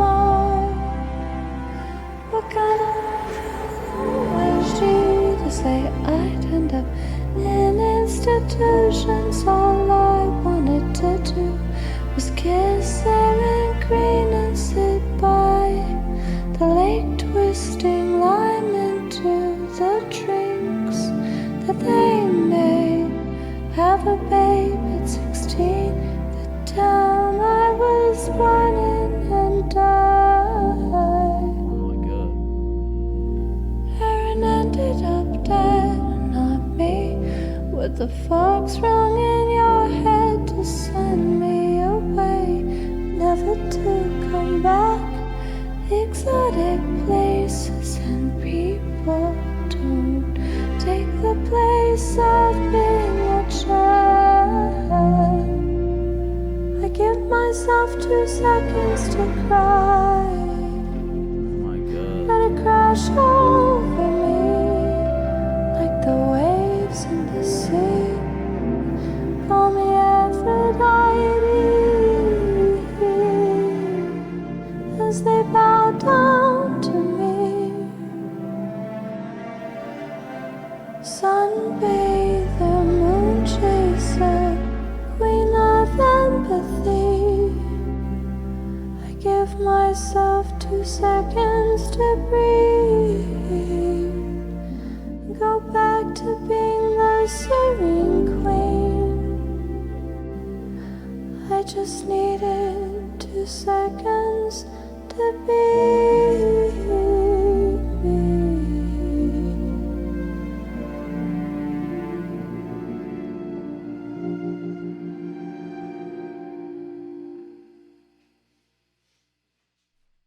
Oh my god. There's many deep breaths when I listen to her music. It's very... Oh my god, it's so touching. Not like I relate to it, but it's just makes... It puts you in this certain headspace. Very similar, I would say this. One artist that did this to me was Radiohead. Same thing, just put me in this like ups and downs, you know? Because you know, not every song is like this very slow tempo. Like you can have this and then... Really, you know, really upbeat song. But yeah, it just puts me in this... She's very descriptive in this album. Like she's obviously talking about family. It's one of the like main themes of this album. There's so much. I'll spend like 20 years going through every single line, but we'll try and find stuff that makes sense, or just find random stuff. We're all having fun here. You guys can tell me more about it. When I was 15, this is what I know about this verse 6. Brutal. When I was 15, naked next door neighbors did a drive-by. Lana almost drowned while going swimming until her neighbors came and saved her. That's seemingly revealing that this was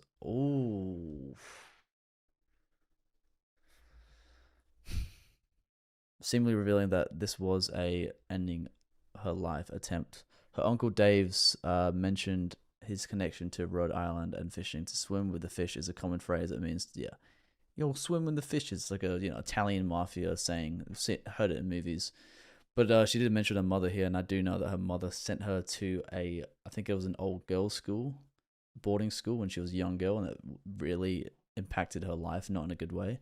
Like, she sent her there because she thought she was just too much. Obviously, I don't know the situation. I wasn't in her shoes, but she definitely seems like she resents her mom for that time in her life for sure. And the fact that she said, talking to her sister at some point, she was saying that mom thinks I deserves like I should be in an institution, like should be in like a mental institution. You don't be saying, if that's true, you do not want to say that to your children at all. Yeah, what she say? I'd end up in institutions. Lana's parents sent her to Kent School, to get sober from alcoholism. She shared in an interview, that's really why I got sent to boarding school. Age 14, that's crazy. Age 14. I've got a sister who's 14. That's wild. To get sober. From this line, we can gather that Lana's mother told her that she would end up in a psychiatric hospital. Being dated an often offensive word for places providing residential care for people with mental conditions. Yeah, it's like an offensive word. I didn't know that. There's so many offensive words these days. It's hard to keep up. Institution. Well, yeah, it would sound a bit off, I guess. The lake twisting lime. Yeah, okay. Yeah, there's so much to. Aaron ended up dead. Yeah, who's Aaron? Aaron Green, like Lana, is from Lake Placid. Was born 1983, and Lana, 1985. Green passed away at the young age of 23 from an automobile accident. Okay. Is this someone she knew? Yeah, she's obviously Caroline. What kind of mother? The lake twisting limes, the drinks that made have a baby at 16. Here, Lana expresses her desire for wanting to have a normal life. So she's saying having a baby at 16, having children, living and dying in a hometown, rather than being all over the place. Very common. That a lot of celebrities, a lot of musicians talk about wanting to have a common life. It's all fun and glory for like the first few years because you have all this money, all this love, all your dreams have like come true, and then you get to the point where you've got all this money, you have everything you ever wanted, and then you want that simple life. You want to go out in public and just not get recognized by people and harassed. I mean, of course, if I was famous, if I ever am famous, I would definitely not want that all the time. I just want to go to the shops to get a tub of ice cream and in my, my tracky bottoms, not overly dressed. And then I don't want people taking pictures of me like ego deaf, caught at Walmart. If I'm in America, caught at Walmart buying a tub of ice cream. Is he going through a breakup? What's going on? Like stupid headlines like that. Like I would lose my goddamn shit. I'd be like, get away from me. I don't want to hear this stuff. No, I'm not going for a heartbreak. I just want a tub of Tom and Jerry's chocolate chip cookie. Yeah, anyways. Fingertips is 110 out of 10 for me. Two in a row. First two of this album, both amazing songs, like very impactful. It's very personal with her family life. I'm loving it, learning more and more about it every day. Obviously, I've read the comments you guys tell me, and from what I've learned from all these songs over the past like month or so, learned so much about her. Didn't know anything about her before doing this, so it's great to find out more information. Paris, Texas is the next song. Texas. Yeehaw, let's go.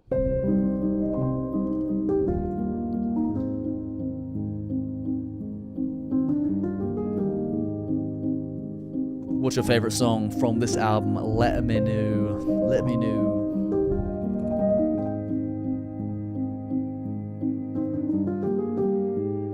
Always a great instrumental on any song of hers.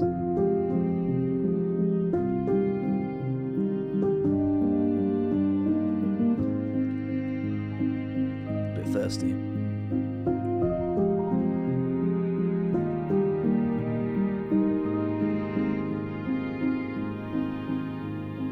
I went to Paris, Texas, with the suitcase in my hand. Oh, I had to leave. Knew they wouldn't understand. I love that. When you know, you know. When you know, you know. It's time to go. When you know, you know. Then the more you know, it's time to go. I took a drink this way. Just a notebook in my hand. And I went to see some friends of mine down in Florence, Alabama. When you know, you know. When you know, you know. It's time to go. When you know, you know that it's time to leave, like the summer breeze. When everyone's star is bright, brighter than you are. It's I'm time the brightest star. and you're the only one left, dancing while they're on the floor. Time to go. I flew back home. It seems everything the same, except that you weren't home. Wow. Hello, I called to no one, but when you're home, you're home. That's in your head. Never mind, that was embarrassing. When you're alone, when you're right, you're right. When you're right, you're right. Even when you're wrong.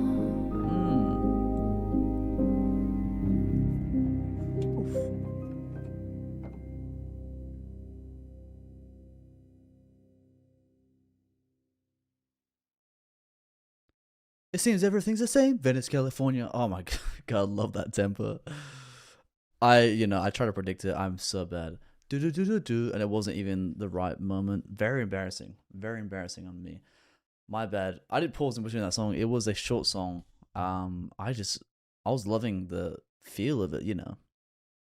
Makes you want to move. That do do do do do do do do do. I have no idea what the song is about. I was just vibing out too much. You got to vibe out every now and again. Not every song is very deep. I don't know if the song was deep. I would have no idea. Paris, Texas is the song. Yep, we know that. The song mentions the names of a couple of American cities, the names that match grand, and cities like Europe, Paris, Texas, and Florence, Alabama, and Modest. Yep. What is the song about? The major tourist destinations, and more often the first thing people think of when they're near those city names. Lana emphasizes her appreciation for America. She always does. She mentions 4th of July quite a bit in her songs by choosing to sing about the small, less well-known towns that mean more to her personal life. Yeah, I definitely had that feeling. She said something about, when everyone's a star is brighter than you are, it's time to go, and you're the only one left dancing while they're on the floors, like just in a small town, just dancing all night, having a good old time. I don't think there's much to this song. It's pretty, it's a fun song, as I said before, very deep song with fingertips. So it's a nice upbeat song. I honestly enjoyed it. I'm gonna give it a Paris, Texas, a 9 out of 10. 9 out of 10 for me. Great song. This is a massive title of a song. Grandfather, please stand on the shoulders of my father while he's deep sea fishing. I've no idea what to think about it. We'll find out what it's about. Pretty long title, like the album. Let's go.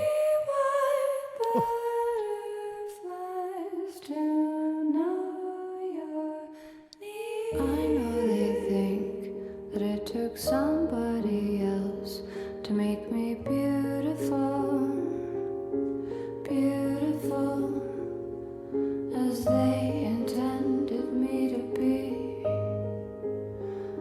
But there are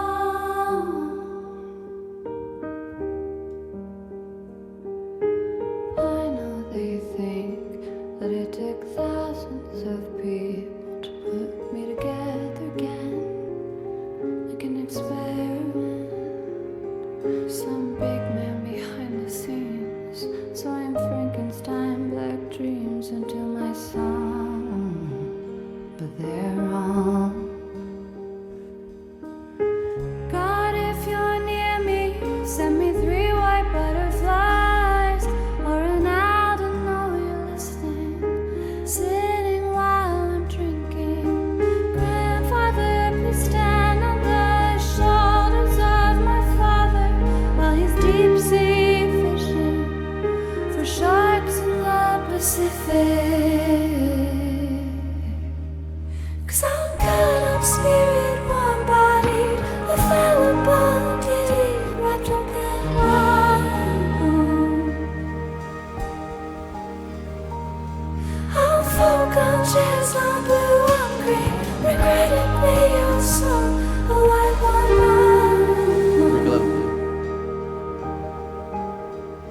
But I have good intentions, even if I'm one of the last ones.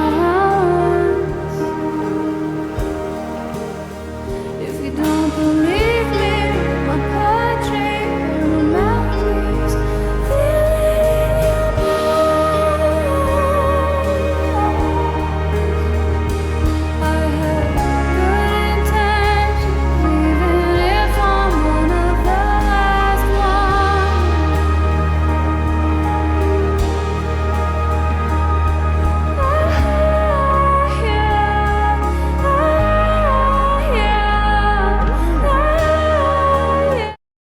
Oh my god. Oh, the way she's doing that, obviously not as good as me, but incredible. I'm fuck, I'm jazz, I'm blue, I'm green. Yeah, she's got the blue, she's got the fuck, she's got the jazz, I'm green. What is that? Oh yeah, she's talking about the banisters, the blue and green banisters. From obviously the Blue Banisters album. Great album. Grandfather, please stand on the shoulders of my father while he's deep sea fishing for sharks. Request for support as the father faces life deep challenges. Yeah, at the end of the day, no matter how old you are, you're always going to need your mom or your dad for support, you know. When you're a young kid, you think these people have it figured out. I thought my parents had it figured out. I was young. I'm like, they know what's up. They know what's up. And then getting older, you're like, they don't know what's up. They were just trying to figure out how to do it, while I thought they were like God. They knew everything. She was basically talking here about this Frankenstein reference, talking about people, since she's, you know, she's obviously a very, very, very, very beautiful woman. As I said before, I was going to marry her, but, you know, she married someone else, but it is what it is.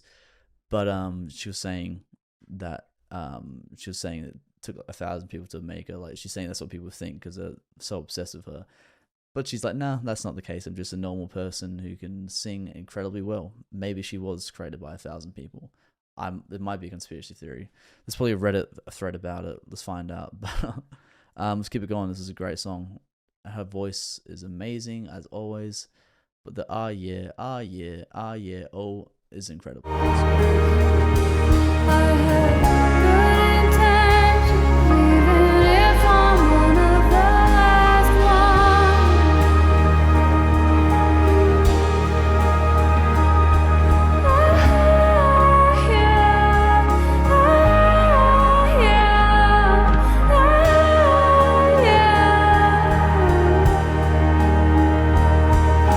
Grandfather, please stand on the shoulders of my father while he's deep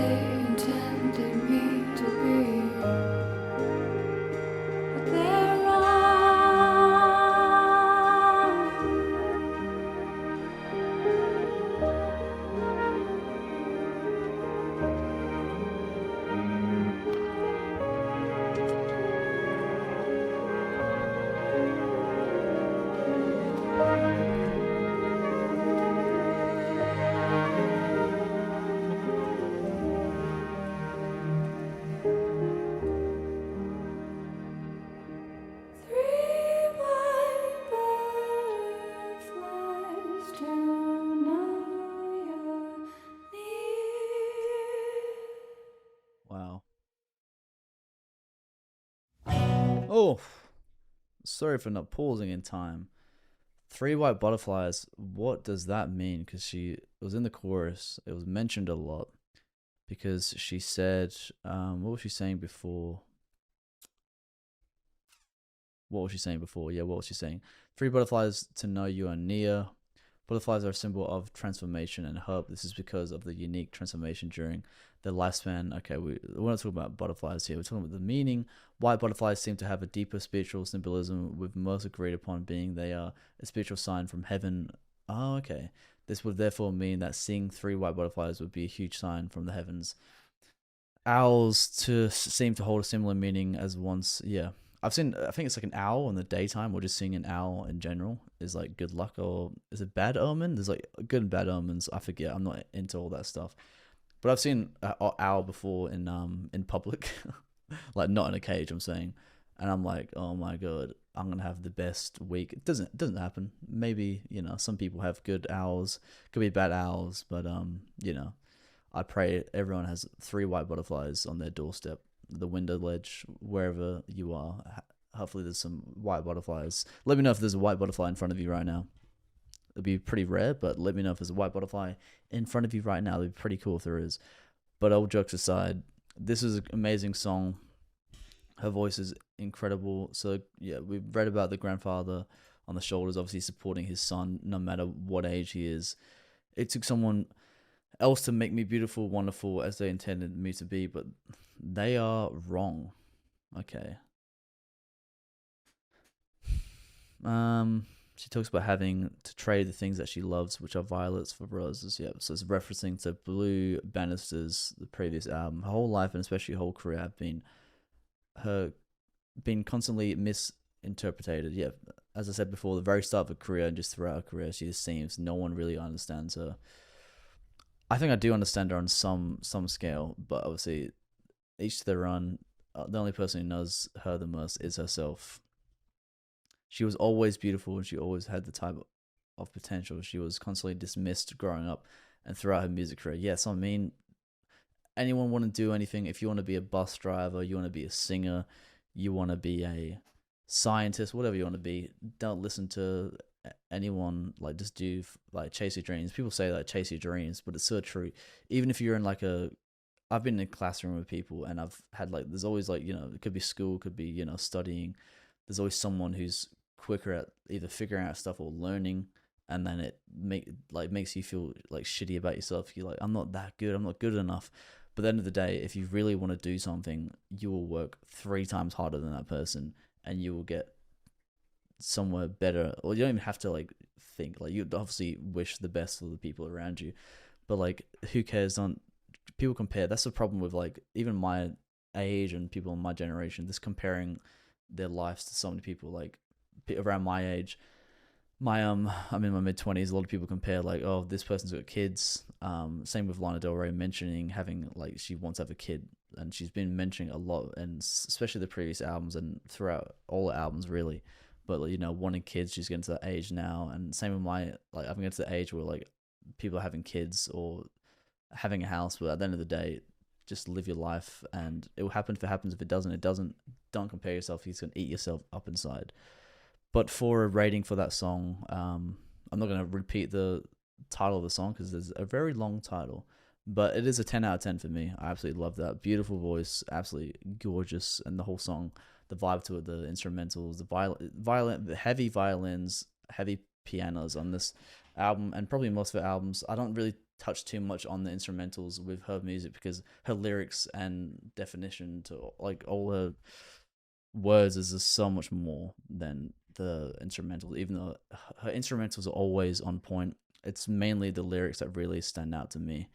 But yeah, 10 out of 10 for me. We have 5 more tracks. This is the longest album from her. It's gonna be a long video, so obviously you're probably watching days. If you're watching the entire reaction, if you're skipping through, fair enough. But it's probably gonna take you days to watch this. Let me know if you watch this in one go. I'll be very surprised. If you do, then you are a real fan.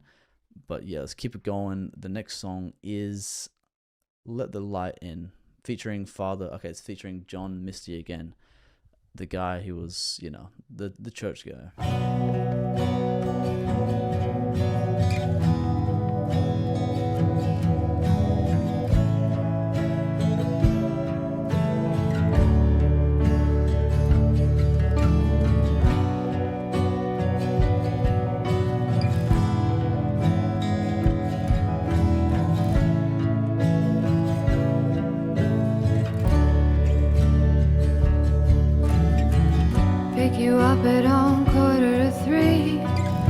Ask you if you want something to eat.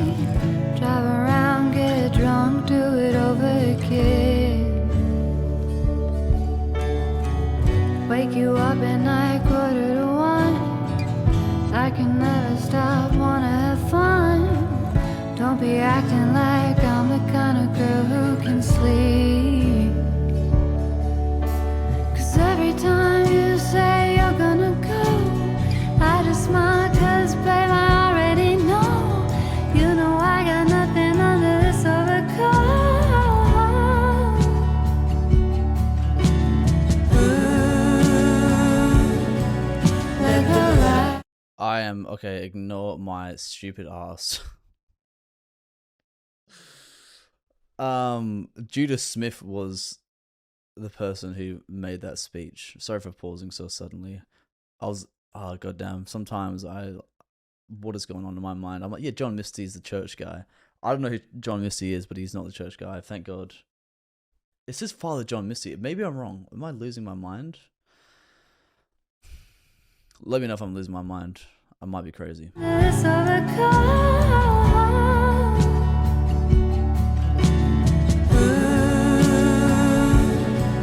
Let the light in at your back door, yelling 'cause I wanna come in. Ooh, turn your light on. Look at us, you and I back at it again. Pick you up around 1:45. Usually we got nothing to do. Screw it, maybe you should go and record some of the songs. Got my dress on tight 'cause you know that I look shining in the light. There's so much writing on this life and how we write our love song. Ooh, let the light in at your back door, yelling 'cause I wanna come in. Ooh. Sorry to pause this chorus. This is a gorgeous song. I don't know who Father John Misty is. He an actual priest? Father John Misty. I mean, if you call yourself father, right? Let me see. The song follows the concept of a female singer having an affair with the male singer. The male singer being married in a long-term relationship while the female singer is single.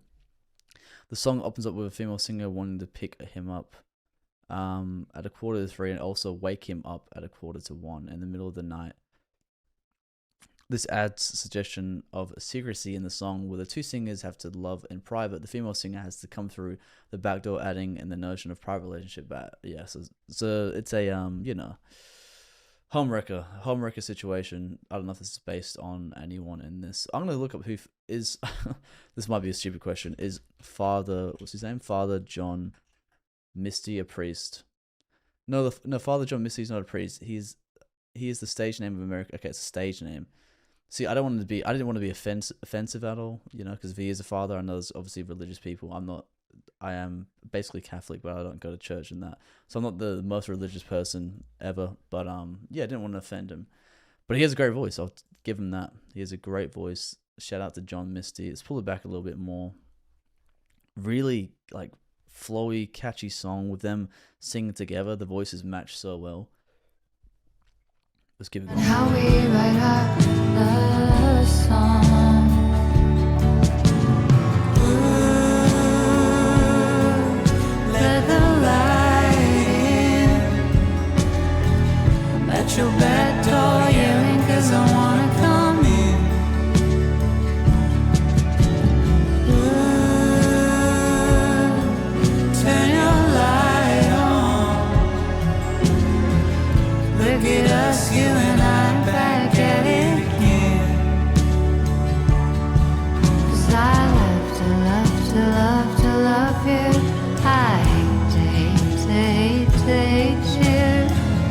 Put the Beatles on, light the candles, go back to bed. Shout out to the Beatles. 'Cause I wanna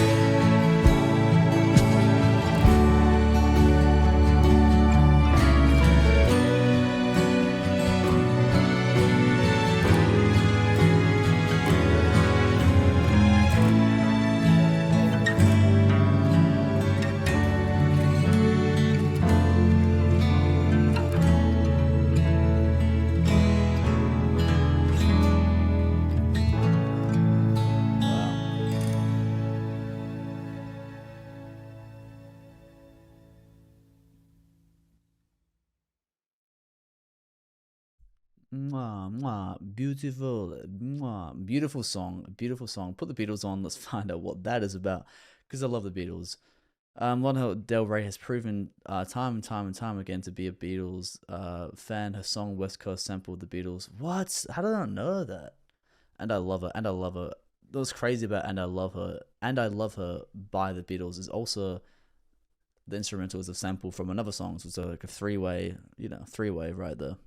She quotes "Give Peace a Chance" and her "Say Yes to Heaven" lyrics, referencing to a John Lennon song.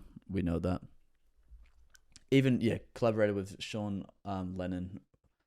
I think it was "Lost for Life." Yeah, great song. I think that was 110 out for me. "Tomorrow Never Came," a riff from the Beatles. Here Lana loves to love and hates to hate. She wants the Beatles to set the mood, because for her, all you need is love.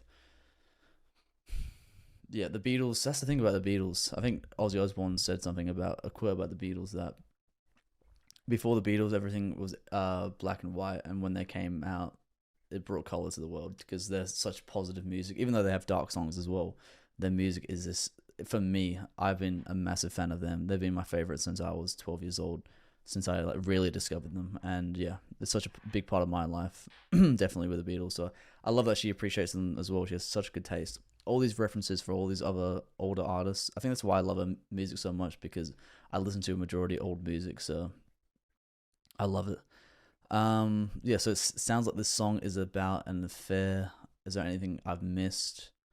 As I said, let me know if anything I've missed. At your back door yelling because I want to come in. Describes her wish to know her partner or loved one better, for them to open up the door, but it's met with hardship. So obviously stubborn, not telling you my deep secrets, my deep sadness, Fair enough. But yeah, great song. Honestly, God, very, as I said, very catchy. The flutter was amazing. I love their voices together. It was really cool.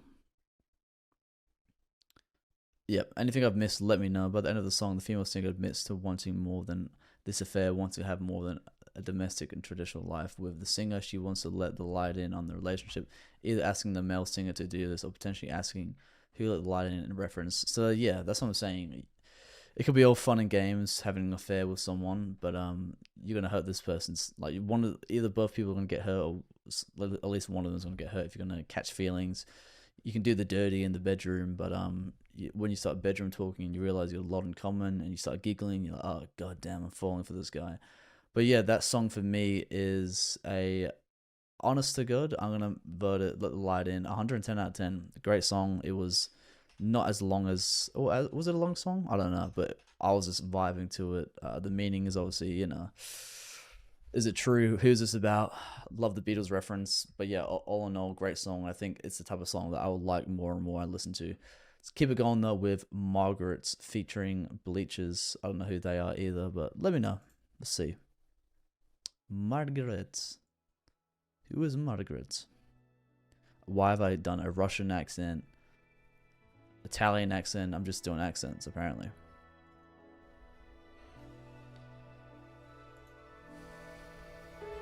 Oh, it's like a fade in. That's cool.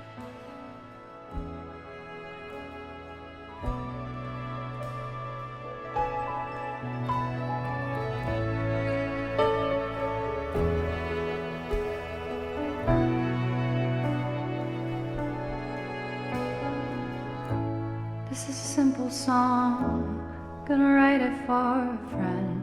My shirt is inside out, I'm messy with the pen. He met Margaret on a rooftop, she was wearing white, and he was like, I might be in trouble. He had flashes of the good life.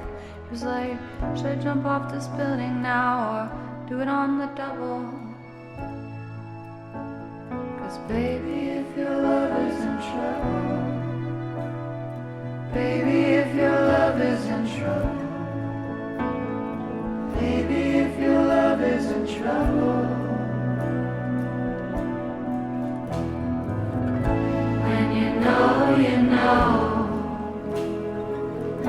when you know, you know, it kinda makes me laugh, running down that path when you're good as gold. Cause when you know, hurts all my friends. With their red flags, their white nights, their black eyes, and their blue eyes. If you're asking yourself, how do you know? And that's your answer. The answer is no. You gotta run, your head's on fire. Run away like your head is on fire. 'Cause baby, if your love is in trouble, baby, if your love is in trouble, baby, if your love is in trouble. Oh, this is a great song. She was mentioning having like a heart of gold, and then you're investing your time with someone who's trouble, and you know it's trouble. Like you're such a good person, but you're hanging around this troublemaker, this bad boy or bad girl. You know, she references herself as a bad girl in many songs. Gonna write it for a friend. So my shirt is inside out. I'm messy with the pen. So she's just, you know, in the PJs, in the pajamas. Just woke up. Ugh.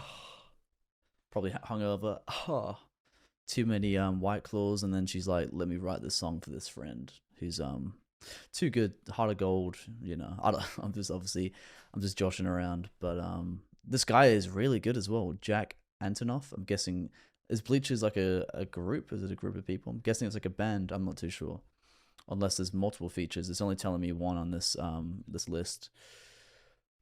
But let me know who Birth is. He sounds really good. I'm kidding. Obviously, it's both of them singing. He had flashes of a good life. He was like, "Should I jump?"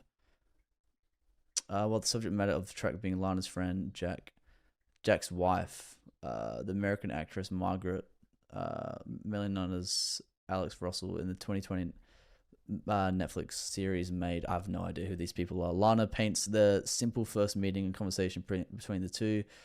He first met the actress in 2012 after getting set up on a blind date by his sister, designer Rachel, and comedian Mike. Rumors. Okay, it's not really telling. I'm not getting into this gossip about how they met. Actually, there's a picture here. I do recognize him. Oh, she's very funny. She's a Nepo baby. Nepo baby? How do you say it? She's got a famous mom. I think mom and dad. Oh no, famous mom, and I think her dad's a model. See, I don't know I search weird facts about people. Like I get really weird. Like if I watch a movie and I like an actress or an actor or a musician, I'll just research a bunch of random information I don't need to know about. Like what's the favorite plant? Stuff I don't need to know. That's no one wants to know that either. I just look at weird stuff. But yeah, this is great so far. Am I missing anything? Word to all my friends. Yeah, he's talking about this, the red flags he sees in his friends, and they're asking him, "How do you know? Like, how do you know if it's true?" And it's like, that's all I need to say. Like, you're questioning me. You obviously know. You're not backing up my allegations. You know it's true. They're black eyes and they're blue lies. So they're saddening lies. Obviously blue, like you're feeling down. What is this? With the red flags, they're white knights. What does white knights mean?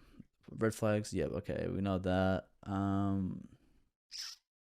So as they also have white knights, which symbolizes someone who helps other people out and to come their aid.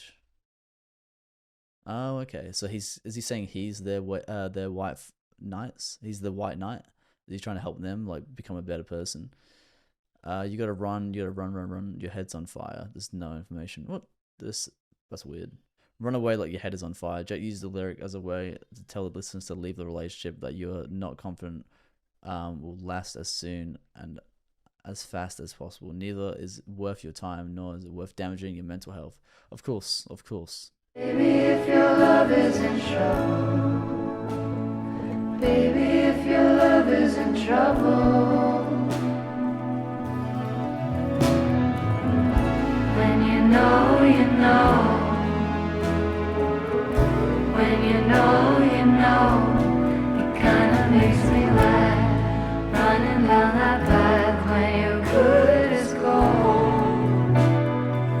'Cause when you know, you know, when you're old, like Hollywood and me, the diamond on your ring, the soul that you bring to the table, one that makes me say,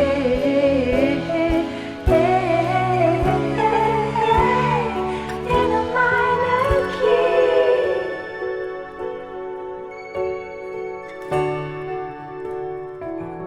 'Cause when you know, you know. When you know, you know. So if you don't know, don't give up. 'Cause you never know what the new day might bring. Maybe tomorrow you'll know. Maybe tomorrow you'll know. Maybe tomorrow you'll know. I mean, join the party. By the way, the party's December 18. Alright, let's waltz this out. 'Cause when you know, you know. When you're old, you're old. Look how you were in me. That diamond on your ring. The soul that you bring to the table. One that makes me say,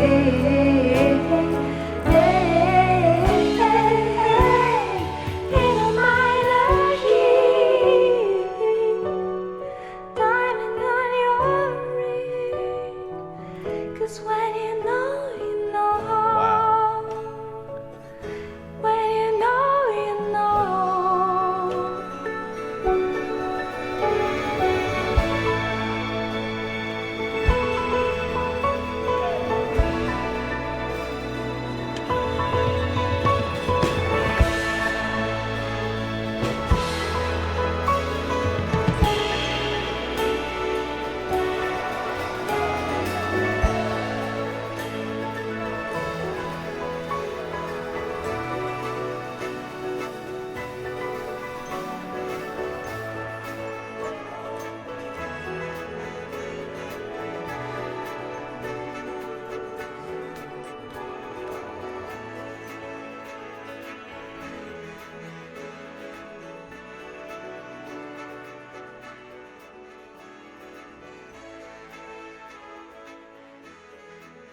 Wow.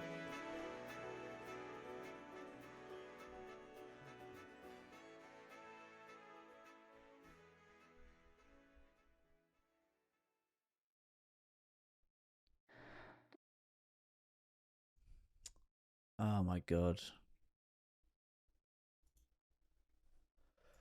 Wow. Okay. Phew. That instrumental at the end just blows me away. How good her instrumentals are. There's so much effort into it. We forget when I talk about the lyrics all the time. I know. But the instrumentals are so good. It says she's a producer as well. I don't know if this is right. I don't trust Genius of that all the time. But does Lana Ray produce her songs? Her own songs. Does not typically produce her own music in the studio, but she's heavily involved in the writing of her own lyrics and vocal melodies. Yeah, I was gonna say it would be a lot of work for her writing, singing, and producing, because this is such high quality music. Wow, incredible! Honestly, incredible. Very very catchy chorus. I absolutely love the chorus. When you know, you know. When you know, you know. Oh my god, goosebumps. Sorry guys, goosebumps. First time you got goosebumps in this whole reaction, I bet. Oh my god. What do we need to know more about this song? The soul that you bring to the table. I love that soul here can be referencing soul music. The one that makes me sing, or reference to the heart and soul. Yep.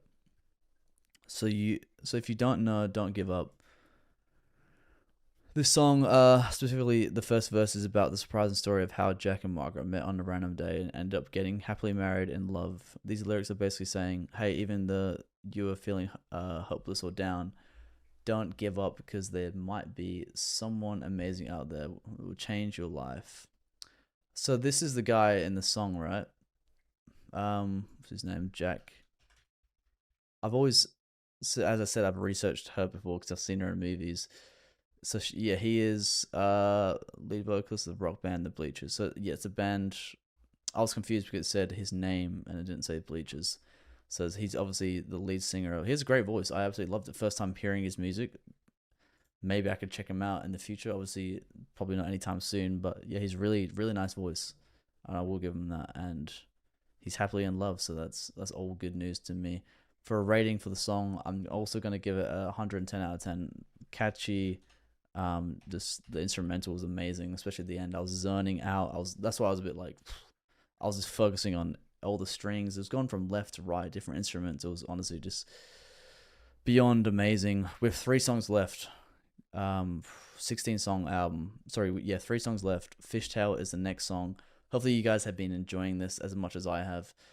It's gonna be a long video, so it might take you a few days to listen to it, to watch it. Sorry, but let's go. Fishtail. Don't you dare say that you'll break my heart, babe, if you don't really care. Already into it. You wanted me sadder, you wanted me sadder. Fishtail, what's the matter with her?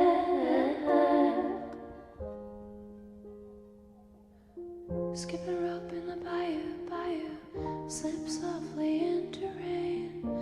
Not that smart, but I've got things to say. Palm trees in black and white, I like to watch them sway. You're so funny, I wish I could skinny dip inside your mind.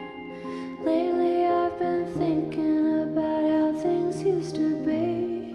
Swinging in a nightgown underneath the old oak tree. Almost Victorian with you, you can talk to me. Lately I can see you wanted me sadder. You wanted me sadder. Can't you see it? For me you are the one. If I'm not the one for you, don't just say it.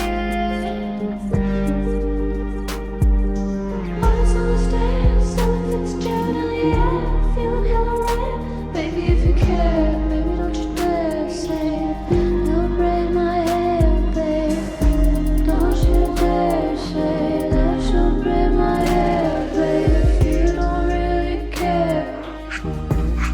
You wanted me sadder. There in the hot, hot sun, I know that we've got problems. Lana Del Rey she's such a consistent artist. There are so many people I'm reacting to or have reacted to, and you know it's very common for the first like 2 albums for an artist to be like their peak of their career, like the most memorable songs. But it's definitely not the case for her. Like if you look at the top 10 songs on Spotify, it's mixed. It's a mix of every album. Like you get artists where it's like 6 songs is from one album, but she is so consistent. And there's a few artists I've been reacting to on here that are exactly the same, but it's a very small amount. But she's very just consistent since obviously 2011 when she's obviously been uploading, creating these albums. Obviously early on she was as well, but you know what I mean, like a mainstream. It's been over 10 years and she's just been consistent. I don't know what her newest album is going to sound like. I've heard it's country, but she's just so consistent. And that beat drop, oh my God.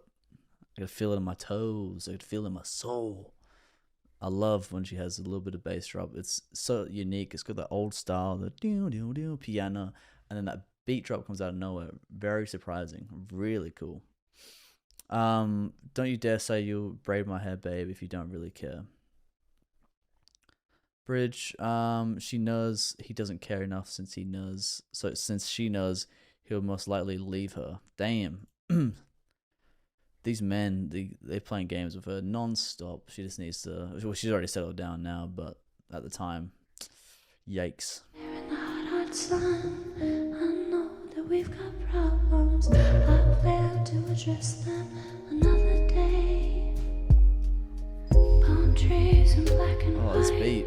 I see in technicolor. Maybe I'll take my glasses off so I stop painting red flags green. Lately I've been sunning in the LA riverbed, wearing nothing but the sunburn bruises on my knees. I like how you talk, how you speak, how you loving me. Lately I can see you wanted me sadder.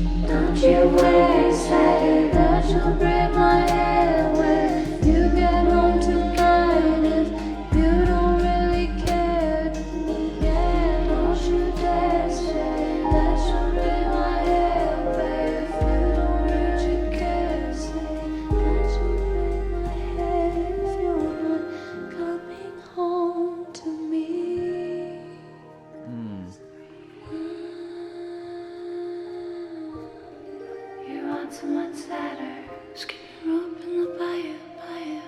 Slip softly into rain. I'm not that smart, But I've got things to say. but I've got things to say. My bad for reading ahead. That's pretty funny though. I'm not that smart, but I've got things to say. That beat. Oh my god, man. Lately I've been sunning in the LA riverbed, wearing nothing but the summer breezes. It's like, obviously, I had a dirty mind when I read that. Sorry, but it's about this being a kid and obviously just getting bruises, like playing around. Oh, wait, is it that? This also evident as Lana bears a reaching theme of having a partner that love bombs you, acts as a service such as braiding hair, but doesn't proceed to stand true to her words because of the comfort and nostalgia they provide. Stays with them because of the comfort of nostalgia they provide. Okay. Maybe I love this line. Maybe I'll take my glasses off so I stop painting red flags green. So just stop trying to fix people. Right? She's now reframing her view of the world. She's taking off her glasses and is now seeing people's bullshit. Oh, okay. So stop painting. Yeah, okay. Of glasses now stop seeing people's bullshit. People usually get glasses because they have been told they need them. Taking your glasses. Okay, I don't need. It really is like says a lot of stuff. Obviously, these fans who write the stuff. Fair enough. Like, you got to get into detail, but it's just stuff I obviously know that when you need glasses is when you have no vision. Some of these are pretty funny to me, to be honest. You want me sadder? That's crazy. Wanting anyone to be sadder. You're a sociopath. Lana's known for worldwide for her melodic songs. Yeah, I've read a little bit about before. Throughout her career, she's been associated with dark subjects as a elusive artist who lets her art speak for itself, of course. Said it a million times, heard it a million times. She frequently finds herself at crossroads where her authenticity is questioned due to emotional breakthrough that Lana Del Rey has experienced throughout her career. People have been able to see her grow up. However, some fans and critics disapprove. What? Disapprove of this happiness that she expresses in her new records. But now she's in a better mindset, thank God. That's, yeah. People say the same thing with, like, you were better when you were on drugs. Like, your music was better when you were on drugs. Or, you know, your music was better when you're sad. It's... you can think that, but don't be saying that to the artists. You know, don't be putting that stuff online. Keep them thoughts to yourself, alright? The word fishtail has dual meanings. Lana Del Rey suggests that her counterpart is inconsistent or fishtail isn't showing care for her. Okay, so yeah, it's just... I'm not going to get into every line. The song is pretty much about her partner not showing enough care as much as she is, which is a common theme I've been hearing on this album. Fishtail for a song, I'm going to give it a 9 out of 10. Very consistent second half. Well, the whole album has been very consistent. We've only had a few 8s and 2 8s and one 8.5 out of 10 from what I believe. There's a lot of songs to look through. Yeah, only 3 songs that are an 8 or an 8.5, which is really good. The rest are 9, 10s, and 110 out of 10. So we have 2 songs left. Peppers featuring Tommy Genesis. Was he on the last record? Oh, sorry, she on the last... She on the last record? Tommy Genesis. Yeah. Nah, maybe it's someone else. I don't think I've heard of this person before. But let's check it out. 2 songs left. Peppers featuring Tommy Genesis. Let's go. Oh, the bass.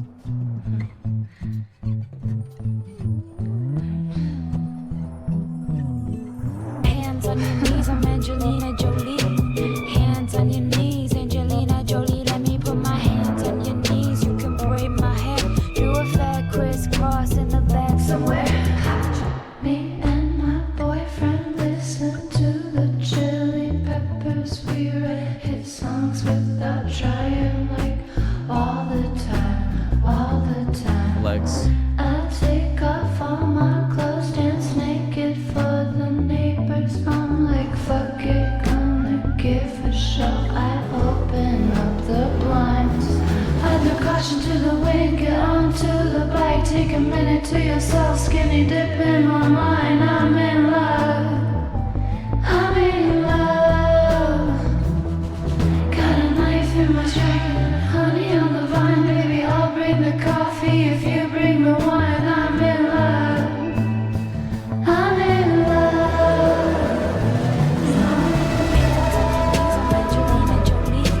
Hands on your knees, Angelina Jolie. Let me put my hands on your knees. You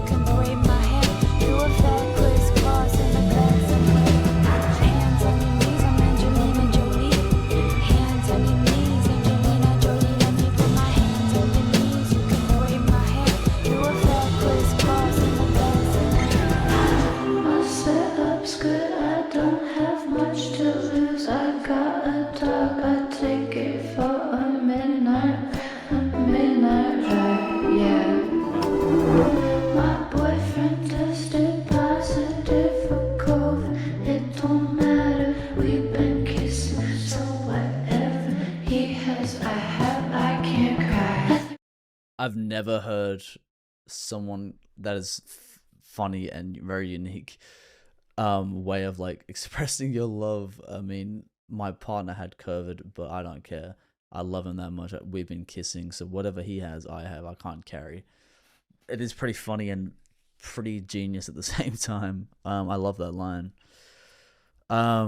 It's like the chorus just doesn't seem like it fits with the song, but it works so well. You know what I mean? I've experienced it with other artists I've been reacting to where like the instrumentals like doesn't fit with the way the person's singing, but it has a satisfying sound to it. Like it shouldn't normally fit, but it works. You know what I mean? Do I make sense? Probably not. But yeah, Hands on My Knees, I'm Angelina Jolie. Very catchy, upbeat. It's like a, you know, more of like a hip hop song, and then it goes back to her melodic way of singing. It's a really cool mix. I'm liking it. This Tommy Genesis Girl is really good. Peppers is the 15th track winner. It features Canadian rapper Tommy Genius and samples Angelina from her 2015 album World Vision. So is this Tommy Genius? Is this her? Sorry, Tommy Genesis. Sorry. Does she? Okay, she has an album. So this is okay. This is a. I'm guessing the chorus is a sample from one of her songs. Yeah, obviously you're talking about Angelina Jolie. We all know who she is. Bold statement serves as a metaphor for embracing one's inner power and self-expression. Although people have claimed the song was a part of the March 1st side A leak. What? I don't know what that is. All the claims of the Peppers leak are false. Obviously, she mentions her and her boyfriend listen to Red Hot Chili Peppers and write hits like Big Flex. The song's called Peppers, so everything connects. But yes, keep it going. It's a very catchy song. So whatever he has, I have, I can't cry. Let the caution to the wind, get onto the bike. Take a minute for yourself, skinny dip in your mind. I'm in love. I'm in love.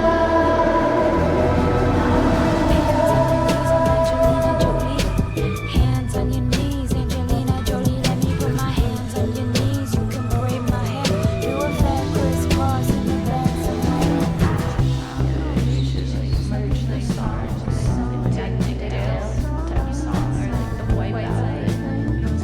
Discussing the song. That's cool.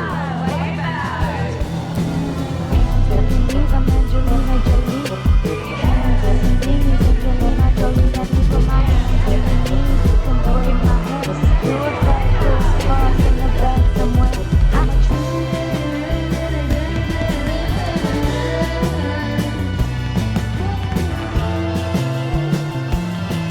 bet.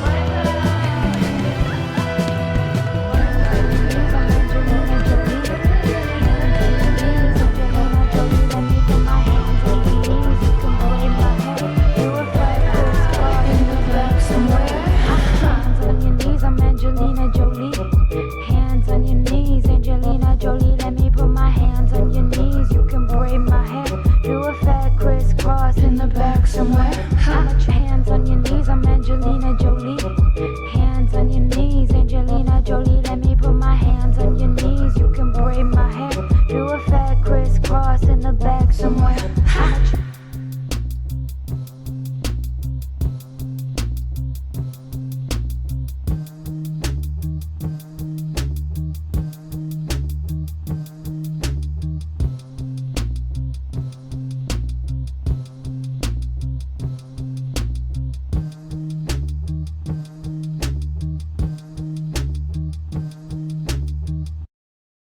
I'll give that an 8. It wasn't bad. I just obviously there's too many good songs on this album to compare to, so I'm giving Peppers an 8 out of 10 for my opinion. My there's you've heard every other song. Sorry if it's your favorite, but come on, give me a break. You're saying Peppers is better than Let the Light In? Is it better than Kintsugi? Is it better than Fingertips? I don't think so.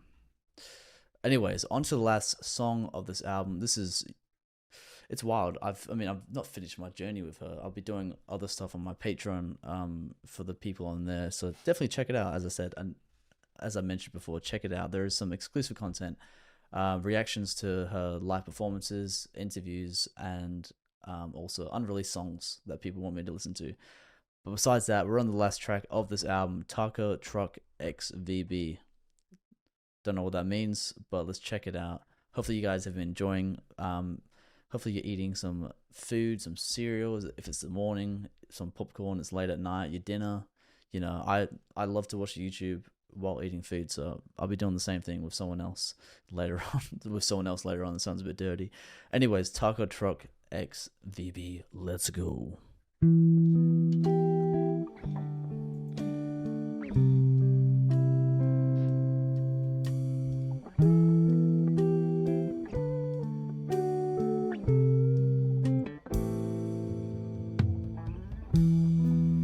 Met my boyfriend down at Taco Truck.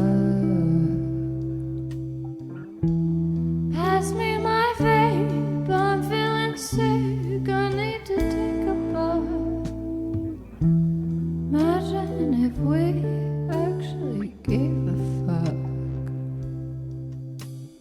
Wouldn't that be something to talk about for us? Caribbean blue in sweater weather, I'm falling into you. Although it seems I've gotten better, I can be violent too. That's why they call me Lanita. When I get down, I'm bonita. Don't come find me in Reseda. I'll go crazy. Read my gold chain, says Lanita. When I'm violent, it's Carlito's way. Blood on my feet on the street, I'm dancing crazy. Spin it till you whip it into white cream, baby. Print it into black and white pages. Don't face me before you talk. Let me stop what you're saying. I know that you hate me.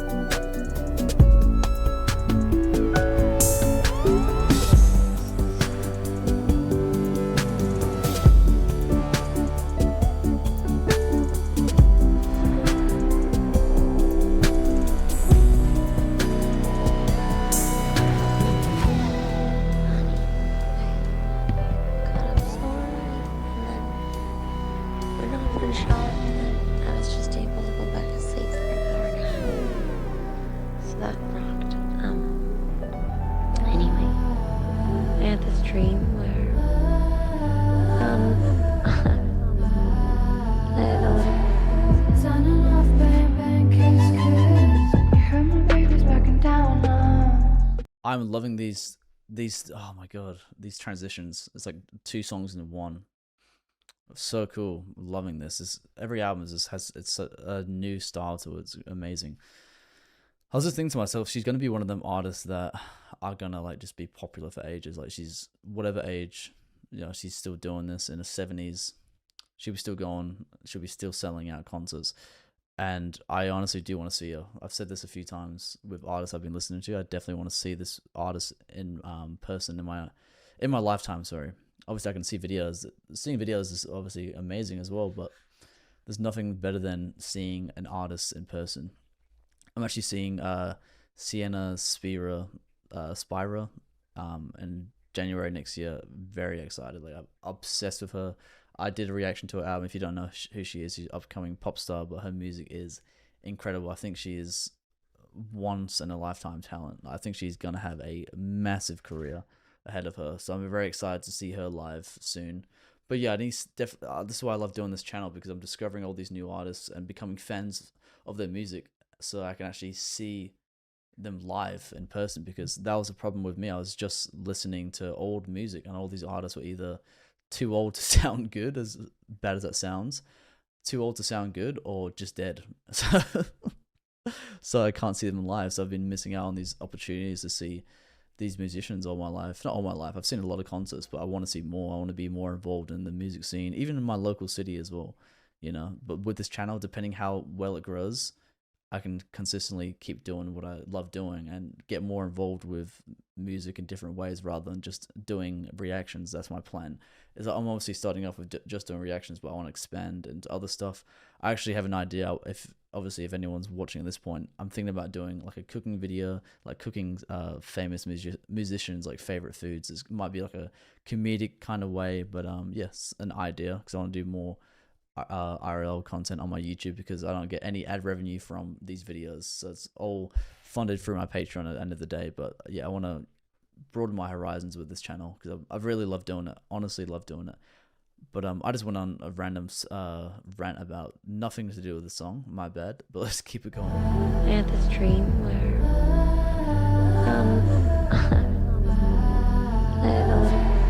Signing off, bang, bang, kiss, kiss. You heard my baby's backing down now. You should come over. We'll be hanging around now. You should come over. Back to the garden. We're getting high now because we're older. Me, myself, I like diamonds. My baby crimson and clover. Oh God, miss you on my lips. It's me, a little Venice bitch. Shout out to Venice On the bitch. street with your neighborhood kids. Calling out, bang, bang, kiss, kiss. Calling out, bang, bang, kiss, kiss. Signing off, bang, bang, kiss, kiss. Back in the garden, we're getting high now because we're older. Me, myself, I like diamonds. My baby crimson and clover. Whoa, whoa, whoa, whoa, whoa, whatever. Everything, whatever. Whoa, whoa, whoa, whoa, whoa, whatever. Everything's whatever. Oh God, miss you on my lips. It's me, a little Venice bitch. On the street with the neighborhood kids. Calling out, bang, bang, kiss, kiss. Calling out, bang, bang, kiss, kiss. Signing off, bang, bang, kiss, kiss. If you ain't mine, get high. Jealous of your love. Drunk acid. If you ain't mine, never die. Jealous not to say. Of your love. If you ain't mine, I'd be jealous of your love. If you ain't mine, I'd be jealous of your love. If you ain't smell my lips, jealous of your last bitch. On the street, my kids, jealous of bang, bang, kiss, kiss. Calling up, bang, bang, kiss, kiss. Signing off, bang, bang, kiss, kiss.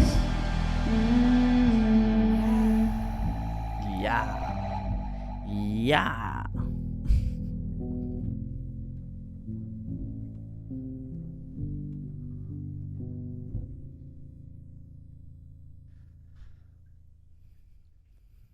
That reminded me a lot of Born to Die. I mean, obviously she referenced Venice Bitch, but just the feel of the chorus really reminded me of her older work.